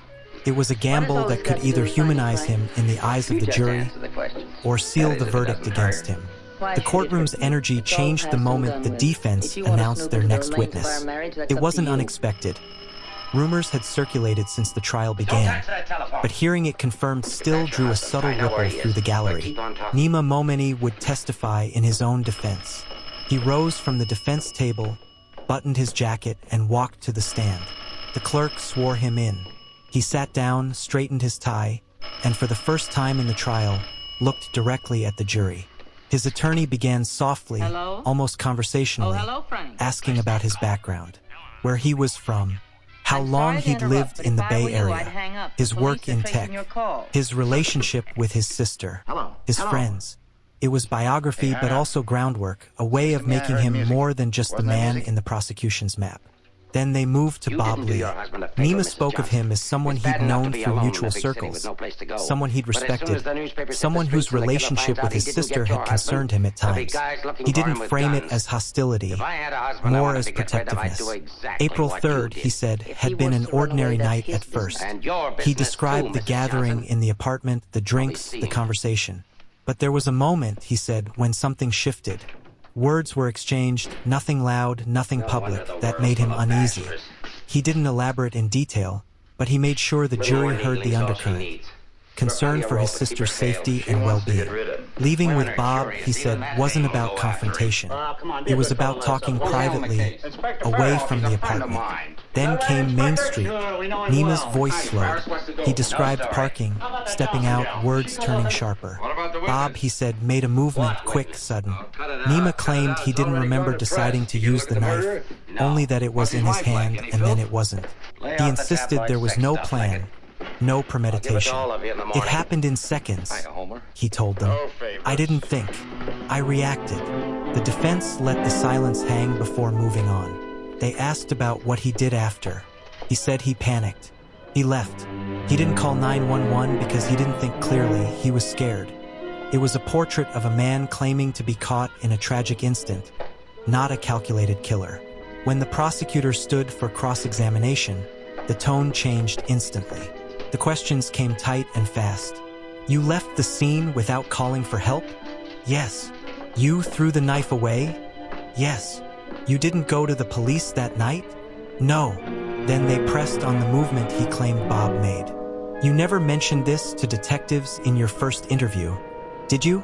I don't remember. But today, in front of this jury, you remember it clearly? They circled back to the wound, the depth, the force. That's not an accidental movement, is it? I didn't mean to. It takes effort to push a blade 3 inches into someone's chest, doesn't it? The exchanges grew tighter, more clipped. Nima stuck to his line. It wasn't intentional, but the prosecutor's questions forced the jurors to weigh his words against the pathologist's testimony from the day before. By the time he stepped down, the defense had given him a voice, but the prosecution had reminded the jury that voice came with choices and consequences. The trial was now balanced on a knife's edge, and everyone knew it. The closing arguments were next, and they would decide which version of the night would follow the jurors into deliberation. The morning of closings, the air in the courtroom felt heavy, almost static. The jury filed in knowing this would be the last time they'd hear from the lawyers before the case became theirs. The prosecutor stood first. She didn't raise her voice, didn't pace. She simply stepped into the center of the well and began to speak as if she were telling a story she had told herself many times before. She walked them back through the night of April 3rd into the early hours of April 4th. The gathering, the tension, the departure in the BMW. She showed them the surveillance footage again, briefly, just enough to remind them of the moments they'd already seen. She replayed Bob Lee's words from the body cam footage, his voice naming Nima Momeni. She pointed to the forensic evidence, the DNA, the fingerprints, the angle of the wound, and tied it together with the pathologist's certainty that this was no accident. This case, she said, is not about speculation. It's about evidence. It's about choices. And the choices Nima Momeni made to arm himself, to drive Bob Lee to a dark street, to thrust a knife deep into his chest, to leave him bleeding, to throw the weapon away, are choices that speak louder than any excuse he gave you from that stand. When she sat down, the room was still. The defense attorney rose slowly, adjusting his glasses before turning to the jury. His tone was almost conversational, but his words carried a deliberate rhythm. He asked them to remember the gaps, the minutes of that night with no cameras, no witnesses. He reminded them that no one had seen the stabbing itself, that the only account of those final moments came from a man in shock, bleeding to death under extraordinary duress. He pointed to the pathologist's admission that such a wound could happen in close quarters, even without intent to kill. He replayed parts of Nima's testimony, the sudden movement he claimed Bob made, the panic that followed. This is not a case about certainty, he told them. It is a case about doubt. And the law says if there is reasonable doubt, doubt you can articulate, doubt grounded in the evidence, you must acquit. You cannot fill the gaps with assumptions, no matter how much you wish you could. His voice never rose, but his gaze stayed fixed on them, as if willing them to remember that reasonable doubt was not a loophole but a legal threshold. When he finished, the prosecutor stood for a brief rebuttal. She didn't waste time. The defense would have you believe those gaps are big enough to hide the truth. But the truth is in what you do know, not what you don't. And what you do know is enough. With that, the case was theirs. The judge read the final instructions, pages of legal language distilled into the rules they must follow, and then the jury was let out to deliberate. The door closed behind them, and for the first time in weeks, the courtroom was quiet in a way that felt almost unnatural. Outside, the city kept moving.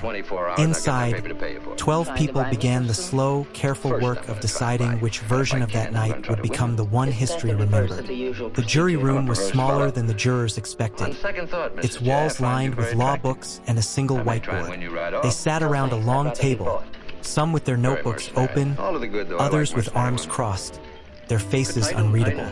The foreperson suggested they start with an informal vote, just to see where they stood. On the charge of murder, 7 voted guilty, 3 voted not guilty, 2 were undecided. It wasn't surprising. Most trials didn't start with unanimity, but it set the tone. There would be work to do. They began with the evidence they could agree on. Yes, Bob Lee died from a stab wound. Yes, the knife had Nima Momeni's fingerprints and Bob's blood. Yes, the 2 men were together in the BMW minutes before the stabbing. But when they turned to intent, the table fractured. One juror argued the pathologist's testimony made it clear the force and angle of the wound could not be accidental. Another countered that the defense had raised enough uncertainty, that a sudden movement in a tense confrontation could lead to a deadly strike without premeditation. They replayed parts of the surveillance footage in their minds, argued over the gaps, circled back to Bob's words on the body cam. Was it possible for a dying man to be mistaken about his attacker? If there was even a small chance, did that meet the standard for reasonable doubt? Hours passed. Lunch came and went. In the afternoon, they revisited the legal definition of reasonable doubt from the judge's instructions. The undecided jurors leaned in, asking pointed questions, forcing each side to articulate their reasoning. By evening, the vote had shifted 9 guilty, 3 not guilty. Still no verdict. The next morning, they started again. The holdouts pressed for a lesser charge, manslaughter, arguing that the prosecution had not fully proven intent to kill. The majority pushed back, saying the act of driving to a secluded street, pulling a knife, and leaving the scene pointed only one way. The debate was intense but measured. No shouting, just the weight of knowing that whatever they decided would follow a man for the rest of his life. By mid-afternoon, the final vote was called. One by one, each juror spoke their decision. This time, all 12 matched. The bailiff was summoned. The courtroom filled quickly. Attorneys, reporters, members of the public who had been waiting all day. When the jury filed in, their expressions were set unreadable. The clerk asked the foreperson if they had reached a verdict. They had. The judge nodded. "Please read the verdict." The foreperson's voice was steady. "We, the jury, find the defendant, Nima Momeni, guilty of murder in the second degree." In the gallery, a quiet ripple of reaction moved through the crowd. Gasps, whispers, a muffled sob. Momeni sat still, eyes fixed ahead, his attorney leaning in to whisper something only he could hear. The judge thanked the jury for their service. Outside, the cameras and microphones waited. Inside, the trial was over, but the story was not. Sentencing still lay ahead, and with it, the final word on how the city and the court would measure the cost of that night. Sentencing day carried a different energy. There was no uncertainty left about guilt, only about how long Nima Momeni would spend behind bars. The courtroom was full again, but the mood was heavier, almost subdued. The jury was gone now. This was between the judge, the lawyers, the families, and the man at the defense table. The prosecutor called the first speaker, Bob Lee's ex-wife. She stepped to the lectern slowly, her hands clutching a prepared statement. Her voice trembled at first but steadied as she spoke about the father Bob had been to their children, about the phone call that shattered their world, about how every birthday and holiday since had been marked by his absence. This was not just a crime against Bob, she said, her eyes fixed on the judge. It was a crime against every person who loved him, against the future he should have had. Next came Bob's brother. His tone was sharper, more direct. He spoke of the city's loss, of the senselessness of the act, of the pain of knowing Bob's final moments were spent bleeding on a street far from home. He asked for the maximum sentence allowed. The defense had its turn. Momeni's attorney asked the court to consider his lack of prior violent criminal history, his role as a son and a brother, his contributions in business. He argued that the killing, while tragic, had not been planned, and that a sentence reflecting the possibility of rehabilitation was appropriate. Then Momeni himself stood. He didn't look at the gallery, only at the judge. His voice was low. He expressed remorse, but stopped short of admitting intentional wrongdoing. He said he wished he could undo what happened, that he never meant for Bob to die, that he hoped one day the families could find peace. The judge listened without expression, then leaned forward. She recapped the trial's facts, the evidence, the jury's decision, the law's parameters for sentencing. She spoke about the value of life, the trust society places in its members not to harm one another, the breach of that trust in this case. When she pronounced the sentence, 19 years to life in state prison, the words seemed to hang in the air. Momeni's shoulders sank slightly.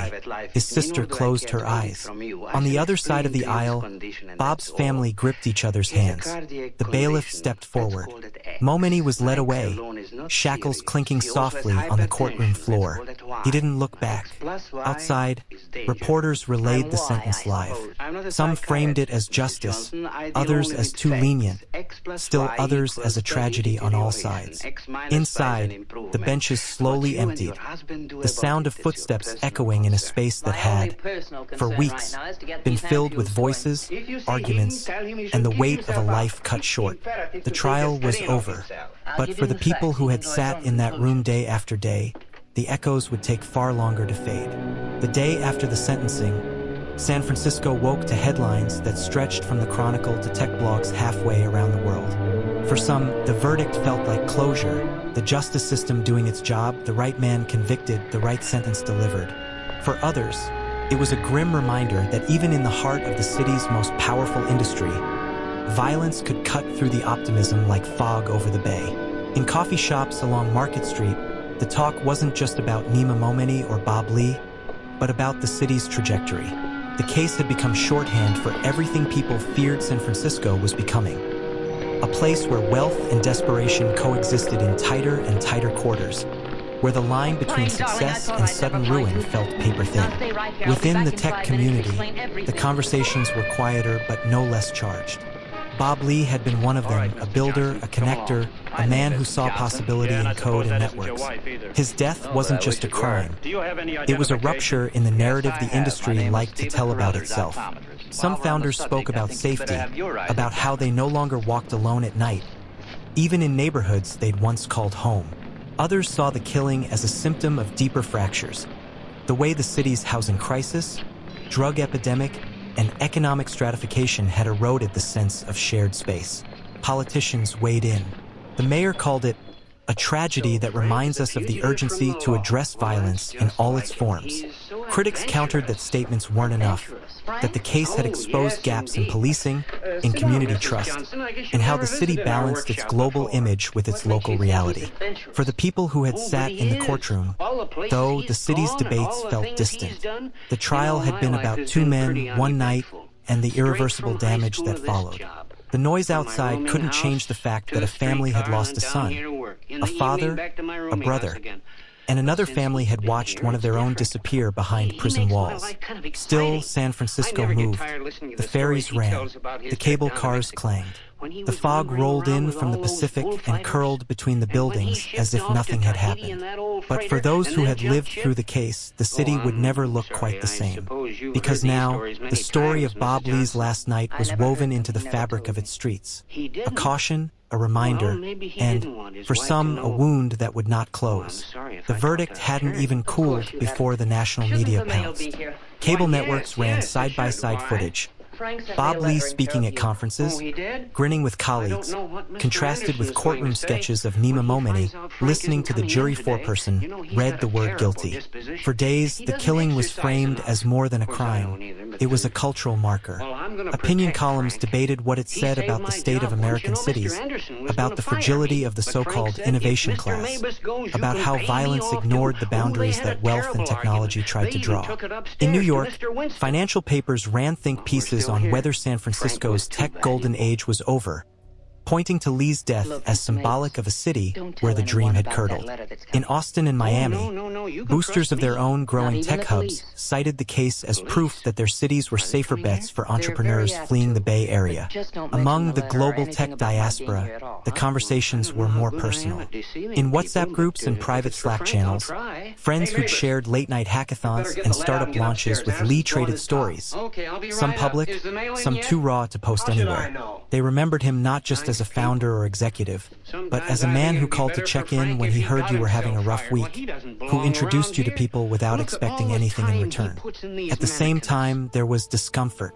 The narrative of Bob Lee as the tech world's tragic martyr didn't sit easily with everyone. Some argued that focusing solely on his status risked ignoring the larger context, that violence, whether in the city's Tenderloin district or on a quiet street in the early morning, was part of a wider social crisis. The case, they said, was a symptom, not an outlier. Internationally, the story landed in headlines from London to Singapore.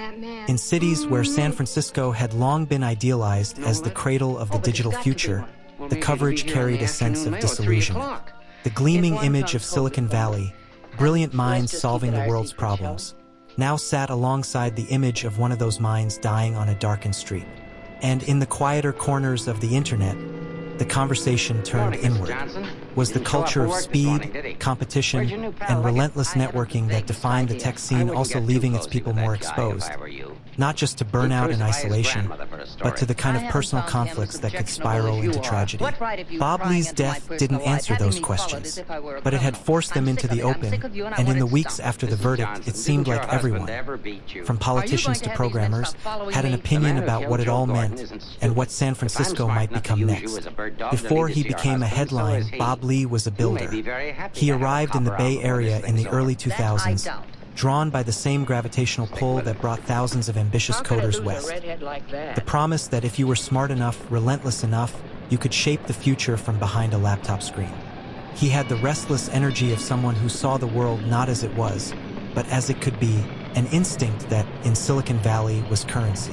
Colleagues remember him as the guy who could write code for 12 hours straight and still have the focus to walk you through a solution you've been struggling with all week. He wasn't just a technician, he was a connector. He introduced people who ended up co-founding companies together. He brought investors into rooms they didn't know they needed to be in.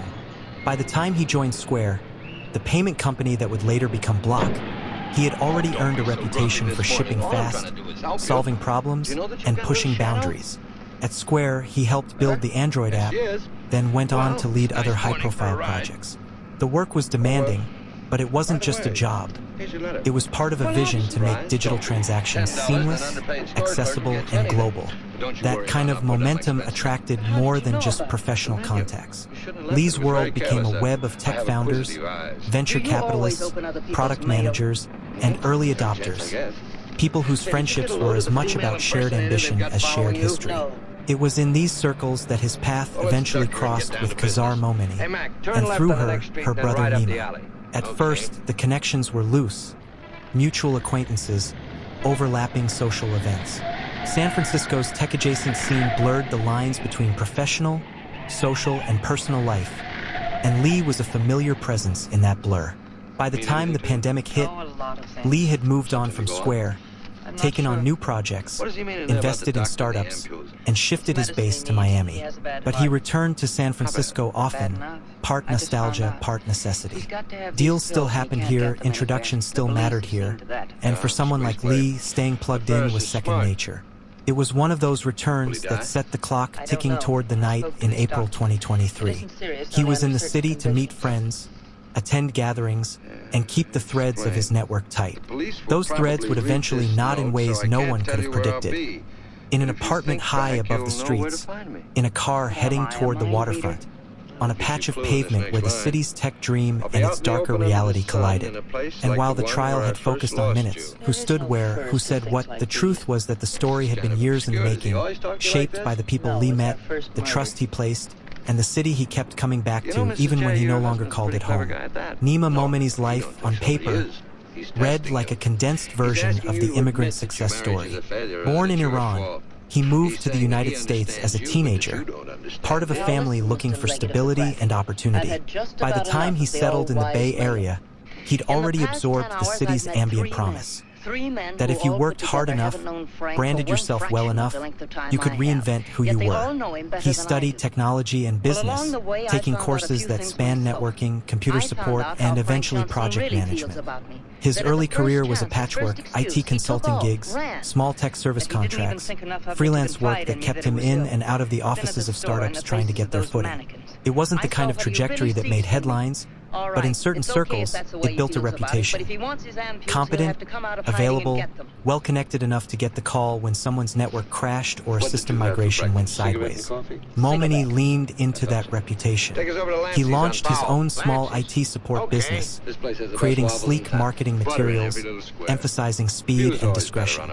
In a region where appearances could be as important as deliverables, he cultivated a personal brand that mixed technical skill with a certain style, sharp suits, luxury cars, an air of self-assurance.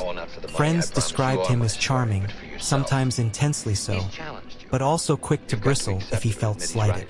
He could be generous, picking up tabs, offering help, making introductions, but there was always an edge, a need to be seen as someone who could move in the same spaces as the people he served. Through his sister Kazar, who had her own connections to San Francisco's elite social circles, Nima's orbit expanded. Parties, rooftop gatherings, dinners that blurred the line between business and pleasure. In these rooms, image mattered as much as resume, and Nima played the part. But behind the polish, there were signs of strain. Business in the Bay Area was competitive, especially for independent operators. The pandemic had made it harder to maintain steady contracts. And while his lifestyle suggested success, some who knew him wondered how much of it was sustained by perception rather than cash flow. Still, in the layered social fabric of San Francisco, where tech founders mingled with service providers, investors, and hangers-on, Nima had carved out a place. It wasn't a position of power, but it was proximity to it. That proximity mattered. It was how his path crossed with people like Bob Lee, men whose careers had reached the heights that Momeni's never quite did. In that world, relationships were currency, and every connection had the potential to elevate or unravel everything. In April 2023, those connections would prove volatile. The web of friendships, loyalties, and perceived slights that had taken years to form would compress into a few hours that no one could take back. In the weeks before his death, Bob Lee's calendar was a mix of business and pleasure. He had flown into San Francisco from Miami, a trip he often justified as keeping the connections warm. Deals still moved faster when they were discussed in person, and some relationships, especially in tech, couldn't be maintained through Zoom alone. His days were dotted with coffee meetings in Soma, dinners with old colleagues in Pacific Heights, and late-night drop-ins to friends' apartments where the city's tech-adjacent social scene unfolded over wine, playlists, and whispered updates on who was building what. One of those friends was Nima Momeni. Their connection wasn't a secret in the small network they both moved through, but it wasn't something either had defined publicly. Friends described it as warm, occasionally flirtatious, built on shared circles and overlapping interests. Through Khazar, Bob's name and presence was familiar to her brother Nima. They weren't close, but their paths had crossed before, enough for polite recognition. Still, the relationship between Bob and Khazar was something Nima seemed to notice more than he commented on, and some in the circle said his protectiveness toward his sister was both genuine and, at times, intense. In late March, those circles began to tighten. Bob and Khazar were spotted at the same gatherings multiple times in a short span. Conversations drifted into the kinds of topics, loyalty, boundaries, respect, that could stir undercurrents if the right personalities were involved. Meanwhile, Nima was juggling his own pressures. Business wasn't as smooth as it once was. Contracts were sporadic, expenses steady. The city's cost of living and his carefully maintained lifestyle left little margin for error. And in that environment, image mattered more than ever. Being in the right rooms, around the right people, still carried weight. By early April, all three were moving in overlapping orbits. On the night of April 3rd, the lines crossed in one of the city's glass and steel high-rises, a gathering that felt casual to some and charged to others. The lights of the Bay Bridge glowed in the distance, a backdrop to drinks, music, and conversation that would, within hours, fracture into a confrontation no one in that room could fully unwind afterward. It wasn't a night that looked like it was leading to tragedy. But in hindsight, the signs, the history, the personalities, the small sparks of tension were already there, waiting for the right moment to ignite. It began like so many nights in San Francisco's inner social circles. The city skyline stretching out like a jeweled grid, the Bay Bridge lights rippling in sequenced waves, the hum of voices layered over music coming from a smart speaker in the corner. The high-rise apartment was sleek, minimalist, glass walls framing the city as if it were part of the decor. Guests moved between the open kitchen and the balcony, drinks in hand, conversations looping from tech gossip to travel plans to the latest restaurant openings. Bob Lee arrived late. He was greeted warmly by some, with knowing nods by others. His presence brought a lift to the room. He had that effect.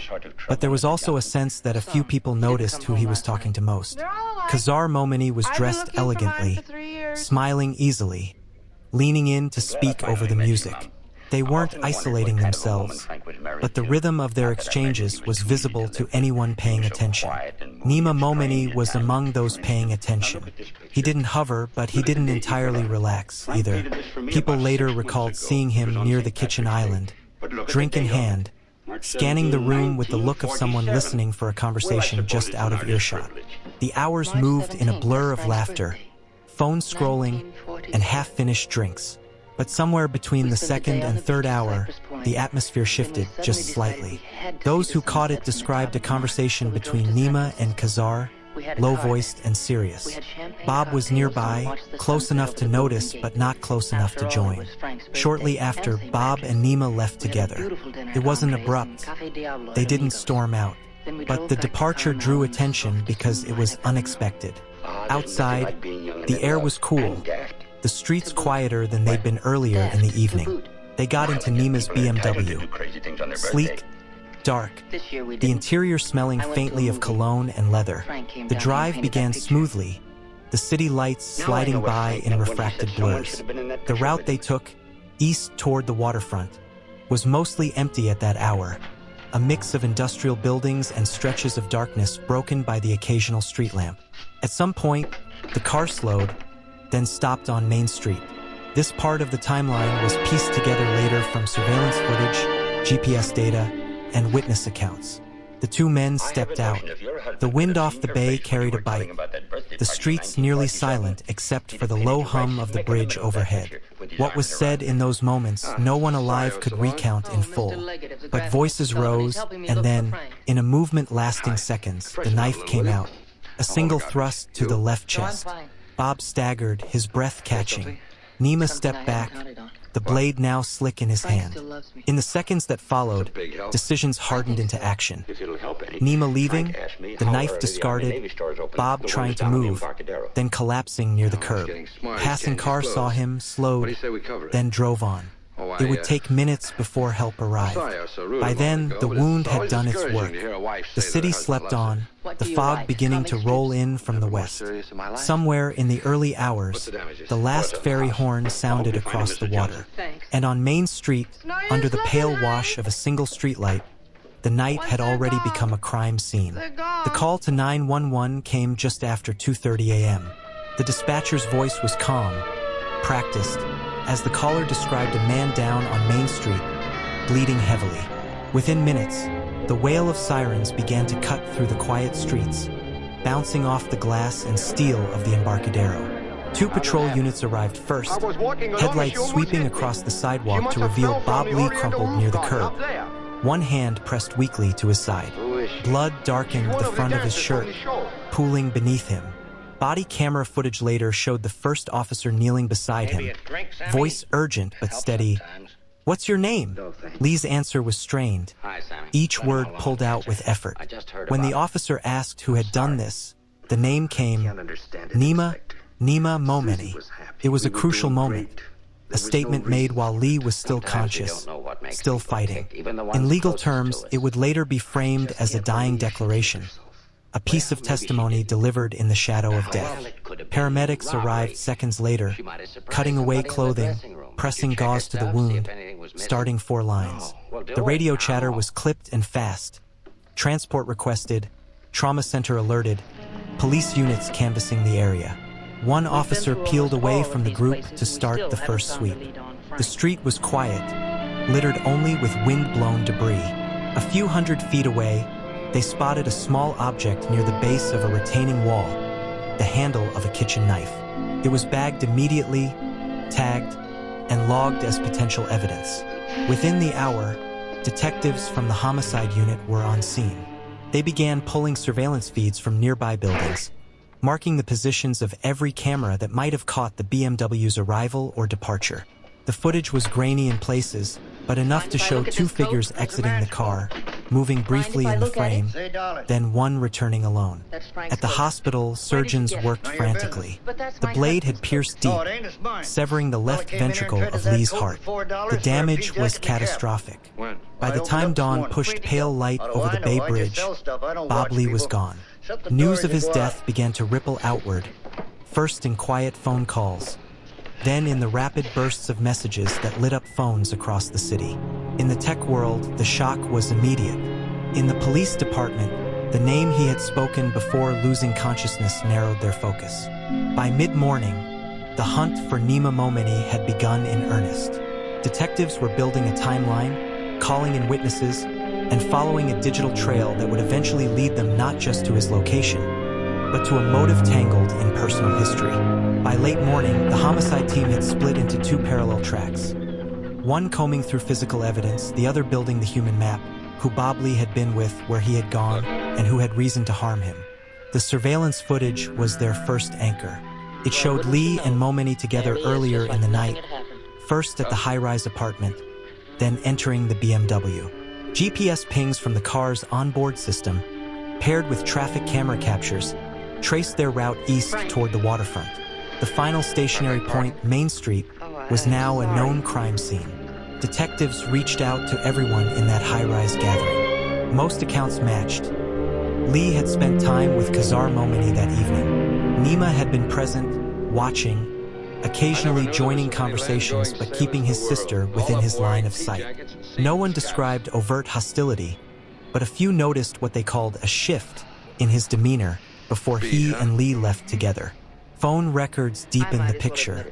In the hour before the stabbing, there were multiple calls and texts between Nima and Kazar. One exchange, short and tense, would later be highlighted in court. A thread that prosecutors argued showed Nima's agitation about his sister and Lee's interaction. The knife found near the scene came back from the lab with two key results: Bob Lee's blood on the blade and Nima Momeni's fingerprints on the handle. It wasn't just a weapon, it was a signature. Detectives began quiet surveillance on Momeni's Emeryville residence. They didn't move immediately. Part of the strategy was to watch, to see if he would reach out to anyone or try to leave the area. Over 2 days, he stayed local, moving between his apartment and a few known contacts. But the walls were closing in. On April 13th, less than 10 days after the killing, police made their move. A coordinated team approached Momeni's building just after dawn. The arrest was quiet, no chase, no resistance. He was read his rights, cuffed, and transported to San Francisco County Jail. In the press conference later that day, the police chief kept the details measured. He confirmed the arrest, acknowledged Lee's role in the tech community, and thanked the public for its patience. But he left the why, the motive, for the courts to unpack. Behind the scenes, detectives knew the motive wasn't going to be clean or simple. It wasn't about money or robbery or some long-standing feud. It was about a moment, one that had ignited in a specific context between specific people and spiraled into fatal violence in less than an hour. And now, that moment would be dissected in the slow, deliberate machinery of the criminal justice system. The first hearing was brief but charged. Nima Momeni stood in a tan jail-issued jumpsuit, flanked by his attorney, as the charges were read. Murder with an enhancement for the use of a deadly weapon. His plea was clear and unwavering, not guilty. Outside the courtroom, reporters crowded the hallway, firing questions neither side intended to answer.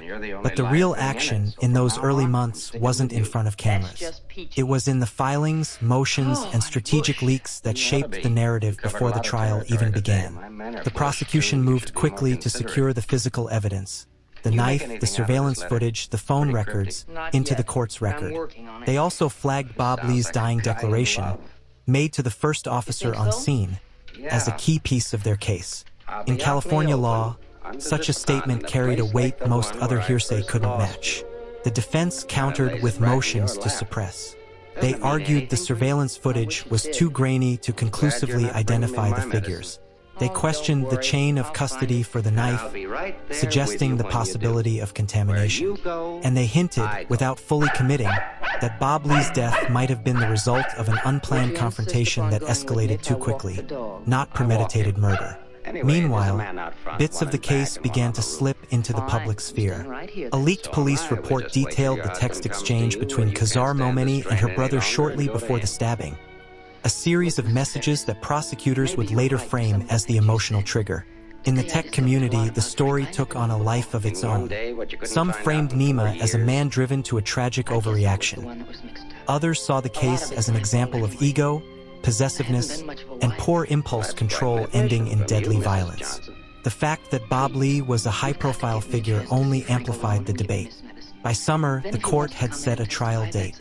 Both sides were deep in preparation, lining up expert witnesses, rehearsing their opening statements, anticipating how to dismantle the other's key points. The public's attention was fixed on the personalities, the charismatic victim, the stylish defendant, the sister at the center of their connection. But inside the legal team's offices, it was all about precision. The placement of evidence, the sequencing of witnesses, the exact framing of events to make jurors see the night as either a calculated act or a terrible accident. The city had months to wait before those arguments would spill into open court. But already, the tension was building, like the pause before a storm hits. Jury selection began in a quiet courtroom that belied the stakes. Dozens of potential jurors filed in, clutching summons papers, scanning the room as if trying to read the story before it started.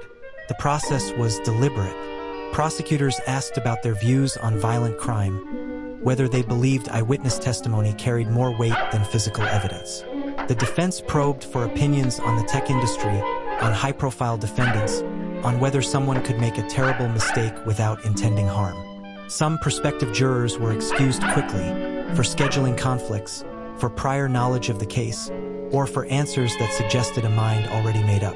Others were dismissed more subtly after a few targeted questions revealed biases that would be hard to shake. By the end of the third day, 12 jurors and 2 alternates were sworn in. They were a cross-section of the city and surrounding counties. A software engineer, a retired teacher, a bartender, a small business owner. They would be the ones to weigh the evidence, the ones to decide whether Nima Momeni would spend decades in prison. When opening statements began, the air in the room felt charged. The prosecutor stood first, speaking in a measured tone but with an undercurrent of certainty. She painted a picture of April 3rd to 4th, 2023, as a night that began in casual conversation and ended in calculated violence. She described the relationship between Bob Lee and Kazar Momeni, the protectiveness of her brother, the tension that brewed in that high-rise apartment. "You will see the surveillance footage," she told the jurors. "You will hear the dying words of Bob Lee, and you will understand that this was not an accident, not a misunderstanding, but a deliberate act."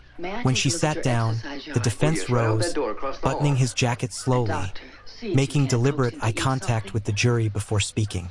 His tone was softer, almost conversational. "This case," he began, "is not about a cold-blooded killer. It's about a tragic misunderstanding between 2 men who should never have been in that situation. The evidence will not prove intent to kill, because that intent never existed." He promised they would hear about gaps in the timeline, about moments not captured on camera, about possibilities the prosecution would prefer they didn't consider. He framed Momeni as a man with no history of violence, caught in a moment that spiraled beyond his control. By the time both sides rested their opening statements, the jurors had heard 2 completely different versions of the same night. One saw inevitability, the other an avoidable tragedy. And now, with the first witnesses waiting outside, the trial was ready to begin in earnest. The first witness was a patrol officer, one of the first on Main Street that early April morning. He wore his dress blues, posture straight, voice calm as he described arriving to find Bob Lee on the sidewalk, bleeding heavily. The prosecutor led him through the moments captured on his body camera. The approach, the kneeling down beside Lee, the rapid assessment of his injuries. The courtroom was silent as the video played on a large monitor, the shaky night vision green of the camera pulling everyone into those raw minutes. On the recording, Lee's voice was faint but clear enough to catch. The prosecutor froze the frame just after he said the name, Nima Momeni. She let it hang there for a beat before continuing. The officer testified that Lee had been conscious, coherent enough to answer basic questions, and that he understood the gravity of his situation. This, the prosecutor pointed out, made his words a dying declaration under the law, a statement the jury could treat as evidence even though the speaker could never be cross-examined. Next came the paramedic who'd worked to stabilize Lee. She spoke clinically about the wound, the location, the depth, the massive blood loss. She explained how quickly such an injury could prove fatal without immediate surgical intervention, and how even with it, survival would have been unlikely. The prosecution then introduced the physical evidence, beginning with the knife. The crime lab technician who processed it testified about the fingerprints found on the handle and the DNA swabbed from the blade. Both matched Nima Momeni and Bob Lee, side by side in forensic certainty. Surveillance footage followed. It was grainy in places but unmistakable in sequence. The BMW pulling over on Main Street, 2 figures stepping out, movement partially obscured by shadows, and then one figure returning alone. Jurors leaned forward slightly, watching the loops play again and again. Each piece was methodical, unflashy, a chain being built one link at a time. The prosecution wasn't telling a story just yet. They were laying down the floorboards on which their story would stand. The defense cross-examined but kept it restrained. They pointed out the darkness in the surveillance footage, suggested the possibility of contamination in the knife's chain of custody, and pressed the paramedic on whether Lee could have been disoriented when naming his attacker. But for now, they were chipping at the edges, not striking at the center. By the end of the week, the jury had heard from half a dozen witnesses, all part of the prosecution's foundation. The emotional weight was beginning to build, but the most personal testimony was still ahead. The prosecution's next move was to bring the jury into the high-rise apartment on the night of April 3rd. Not physically, But through the words of those who had been there, partygoers whose recollections would form the emotional backdrop to the events on Main Street. The first was a software engineer who had known Bob Lee for years. He described the gathering as casual, a mix of friends and acquaintances, music low enough for conversation. He remembered Lee and Nima Momeni chatting easily, laughing. They seemed comfortable, he said, like people who'd known each other a while. Then came the shift. He recalled seeing Nima Momeni watching them from across the room, not saying much, his expression unreadable. It wasn't loud or confrontational, the witness said, but you could tell he was paying attention. Another guest echoed that impression, that Nima seemed quieter than usual, more focused on his sister's interaction with Lee than on the rest of the room. When Kazar herself took the stand, the courtroom air seemed to tighten. Her testimony was careful, deliberate. She described her friendship with Bob as warm and platonic, though close enough that they often confided in each other. She said her brother had always been protective, sometimes overly so, but that she hadn't felt threatened by his presence that night. The prosecutor asked about the conversation she'd had with Nima before he and Bob left the apartment. Kazar hesitated, then admitted it had been tense. He asked me if Bob was using drugs, she said. I told him no, but he didn't seem convinced. She acknowledged exchanging texts with her brother shortly before the stabbing, including one in which she told him to be kind and don't be rude to Bob. The prosecutor read the words aloud, letting the implications sink in. On cross-examination, the defense focused on softening her testimony. They suggested that the conversation in the apartment had been brief, that there had been no explicit threat, and that she couldn't speak to what happened once the two men left. Kazar agreed. She hadn't seen them after they walked out. Still, her presence on the stand had crystallized the prosecution's framing, that the night was driven not by randomness, but by a specific and personal tension, one that Nima carried out of that apartment and into the dark streets beyond. By the time she stepped down, the jurors had seen the outlines of the night take shape. The friendly exchanges, the silent observations, the unspoken questions that hung in the air until they were answered violently in the early hours of the next morning. The last week of the prosecution's case shifted from the human drama back to the hard edges of data and science. First came the digital forensics expert. His testimony was precise, technical, but delivered in plain enough language for the jurors to follow. He explained how GPS data from Nima Momeni's BMW had been pulled, matched against traffic camera timestamps, and overlaid with cell tower pings from both men's phones. The map on the screen was damning in its simplicity, a blue line tracing the BMW's movement from the high-rise apartment toward the Embarcadero, stopping at Main Street, then continuing away without a second stop before returning toward Emeryville. The cell phone analysis filled in more detail. There were unanswered calls from Kazar to Bob after 2:30 a.m., never returned. Texts to Momeni's phone after the same time went unread. From that point, the expert said, his device showed no further outgoing communication until hours later. Next was the DNA analyst, walking the jury through how the knife had been processed. Charts showed alleles, graphs showed probability ratios, but the conclusion was straightforward. The chance of the DNA on the blade belonging to anyone other than Bob Lee was astronomically small. The same for the fingerprints on the handle matching Nima Momeni's. With the evidence laid out, the prosecution began to weave it back into their narrative. The lead prosecutor stood before the jury for their final witness and spoke quietly, almost conversationally. "You've heard from the partygoers," she said. "You've heard from the first responders. You've seen the data, the science. All of it points in one direction, to one person making one choice in the early hours of April 4th. She replayed the body camera clip where Bob Lee said the name Nima Momeni. She let it linger, no commentary, no flourish, just the sound of a dying man's voice filling the room. Her last witness was brief. A medical examiner who confirmed the single stab wound had penetrated Lee's heart, causing massive internal bleeding. Death, he said, would have been inevitable without immediate and advanced surgical intervention. With that, the prosecution rested. The jurors had now heard the state's full case. The interpersonal tension, the physical evidence, the digital trail, the forensic certainty. The question hanging in the air wasn't whether Nima Momeni had killed Bob Lee. It was whether the defense could convince them it hadn't been murder. The next phase would give them their chance. When the defense finally rose to present its case, the mood in the courtroom shifted. The prosecutor's methodical march had been replaced by a more fluid, almost conversational approach. The defense attorney didn't begin with witnesses. He began with an idea. This case, he told the jury, is about seconds, not plans. About an argument that went too far, not a murder plotted in advance. His first witness was a longtime friend of Nima Momeni, a former business associate who painted him as calm, generous, quick to help people in need. He spoke about late-night calls where Nima had walked him through computer problems, about times he'd lent tools, offered rides, picked up dinner tabs.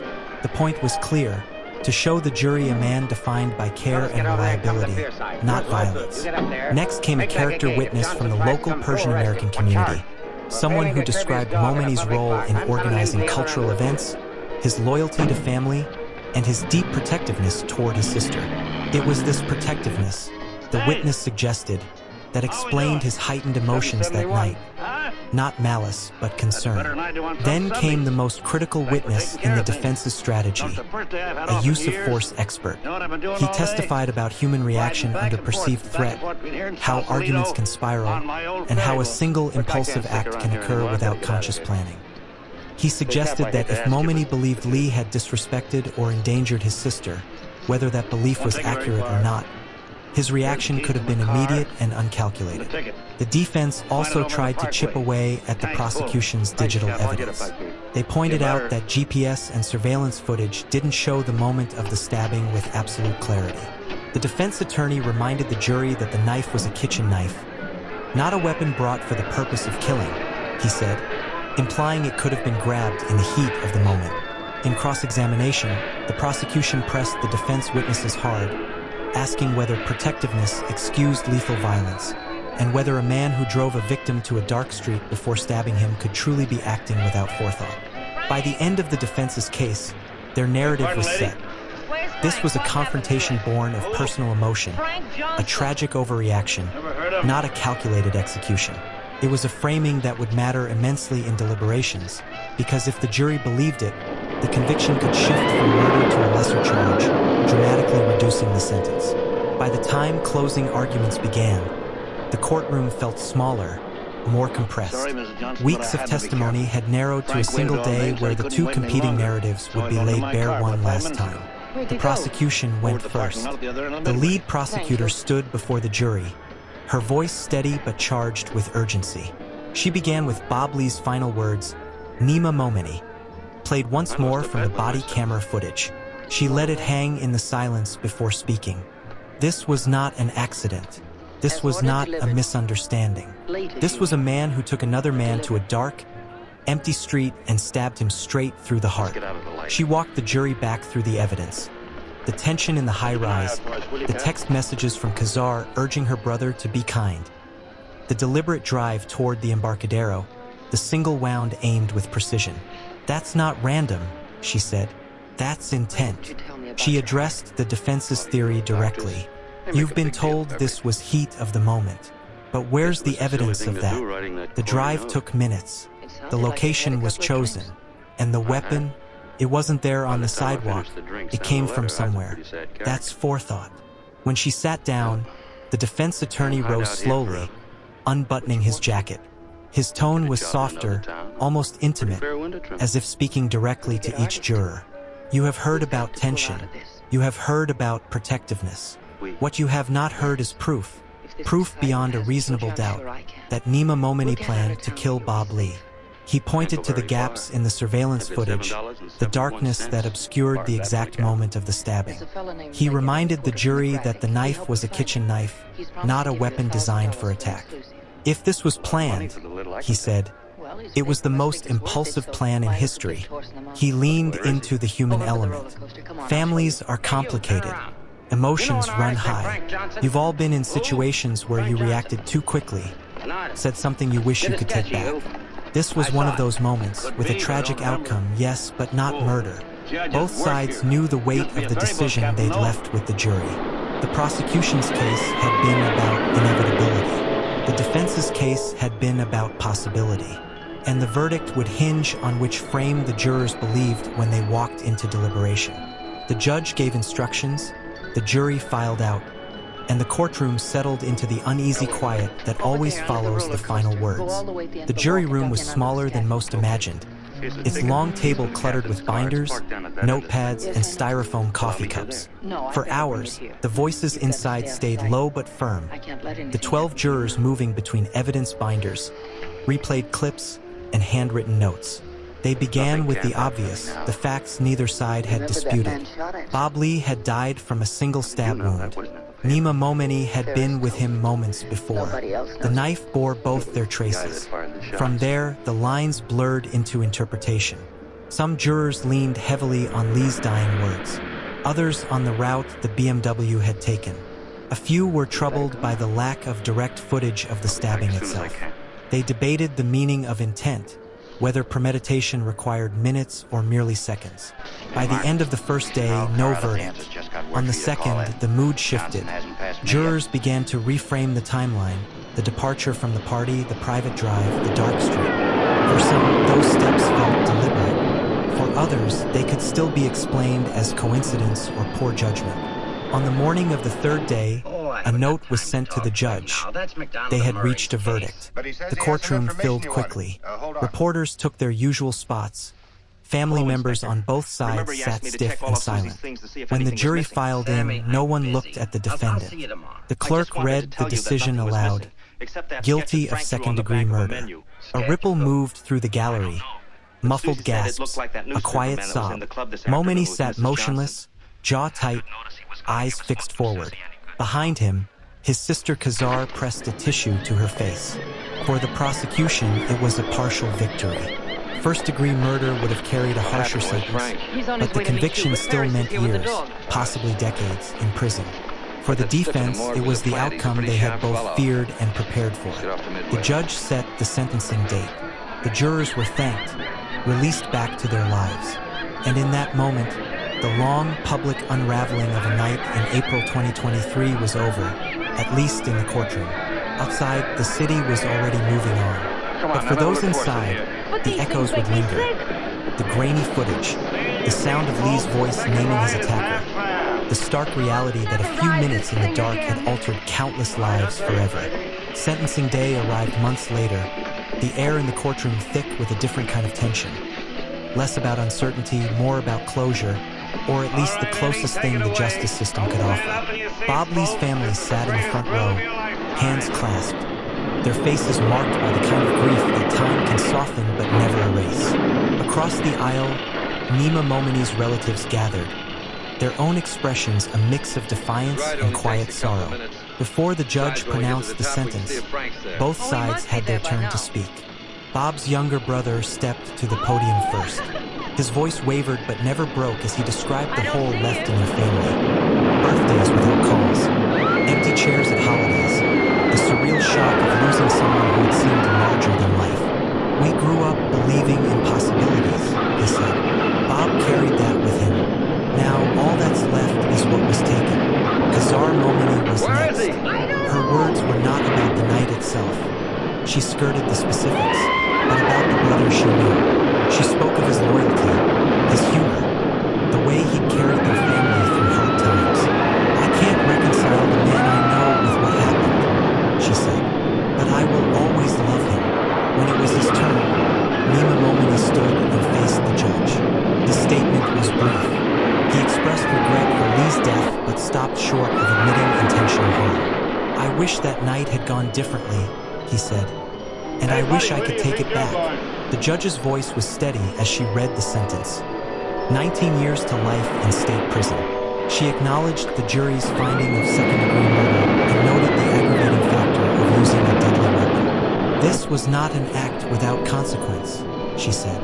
It was a choice. The sentence landed with finality. Bailiffs moved to escort Momeni out, chains at his wrists and ankles faintly rattling in the quiet. Outside, the courthouse steps became the stage for the public postscript. Reporters angled for statements, microphones catching fragments. Justice served. a tragic waste, a message to the city. In San Francisco's tech circles, the reaction was swift but complicated. Some saw the verdict as a small measure of accountability in a city where violent crime often seemed to slip through the cracks. Others lamented the waste of 2 lives, of a friendship that had once seemed genuine, of a future that could have been different with one less moment of rage. The city moved on as cities do, but in the corners of both families' lives, the night of April 4th, 2023 would remain fixed, not just as an ending, but as the point where everything split into before and after. In the months after sentencing, the story faded from front-page headlines, but it never really disappeared. It lived on in quieter spaces, whispered about at industry mixers, referenced in true crime podcasts, dissected in online threads that blurred fact and speculation. For Bob Lee's family, life became an exercise in navigating absence. His father kept a framed photo of Bob on the mantle, the kind with a smile so wide it seemed immune to tragedy. Friends organized an annual memorial run along the Embarcadero, ending near the spot where he'd fallen. They didn't advertise it. It was for those who knew or remembered. Nima Momeni withdrew from public view. She stopped attending the social gatherings where she had once been a regular, choosing instead to spend time with family and travel quietly. To some, she was a figure caught in the impossible middle, grieving a friend while standing by her brother. Nima Momeni's legal team filed an appeal within the first year, challenging elements of the trial they claimed were mishandled. The admissibility of the dying declaration, the presentation of certain digital evidence. The process was slow, grinding through the appellate courts without dramatic developments. In prison, Momeni was reportedly well-behaved, keeping to himself, signing up for classes. In San Francisco, the killing became a touchstone in debates about public safety. City leaders, already under pressure over perceptions of rising crime, pointed to the case as evidence of swift police work. Critics countered that the crime's high-profile nature had ensured resources most cases never saw. In tech circles, the loss of Bob Lee remained a wound, not just for those who had known him personally, but for what he represented. He was one of the few who had navigated success without losing the restless energy that had fueled his early work. His death became a cautionary tale in some conversations, an example of how even the most connected and accomplished could be caught in the city's darker currents. Years later, the corner of Main Street where it happened carried no plaque, no marker, just the steady flow of commuters and joggers, the same Bay Bridge skyline stretching out into the morning fog. For most, it was an ordinary stretch of pavement. For a few, it was the exact spot where a life's arc had been abruptly severed, and where the promise of what might have been was lost forever. Cities are full of collisions, between strangers, between old friends, between lives moving at different speeds. Most pass without consequence, a brush of shoulders on a crowded sidewalk. But sometimes the collision is harder, sharper, irreversible. Bob Lee's life had been defined by momentum. He'd built things, nurtured ideas, pushed into the edges of what technology could do. San Francisco had been his canvas, messy, unpredictable, but alive with possibility. And yet, in the city he'd helped shape, a few wrong turns and a single blade had brought that story to an end. Nima Momeni's path had been different, but it carried its own momentum. A steady orbit around family, business, and a certain pride in control. That night on Main Street was the point where control gave way to something else. Emotion, suspicion, a flash decision that would chain him to a prison cell for decades. The case wasn't about a grand conspiracy or a sprawling crime network. It was about people, their bonds, their flaws, the weight of choices made in minutes. It was about how easily a life's trajectory can pivot, not in boardrooms or conference stages, but in the quiet, unseen corners of a city's night. San Francisco kept moving, the cranes kept building, the startups kept launching, the fog kept rolling in. The people who knew the story carried it differently. Some with grief, some with anger, some with a kind of resigned understanding that cities are always holding more than they reveal. And in the end, that's where the story rests. Not just in court transcripts or news archives, but in the space between what was and what will never be. A reminder that brilliance and tragedy can share the same streets, and that the line between them is often far thinner than anyone wants to believe.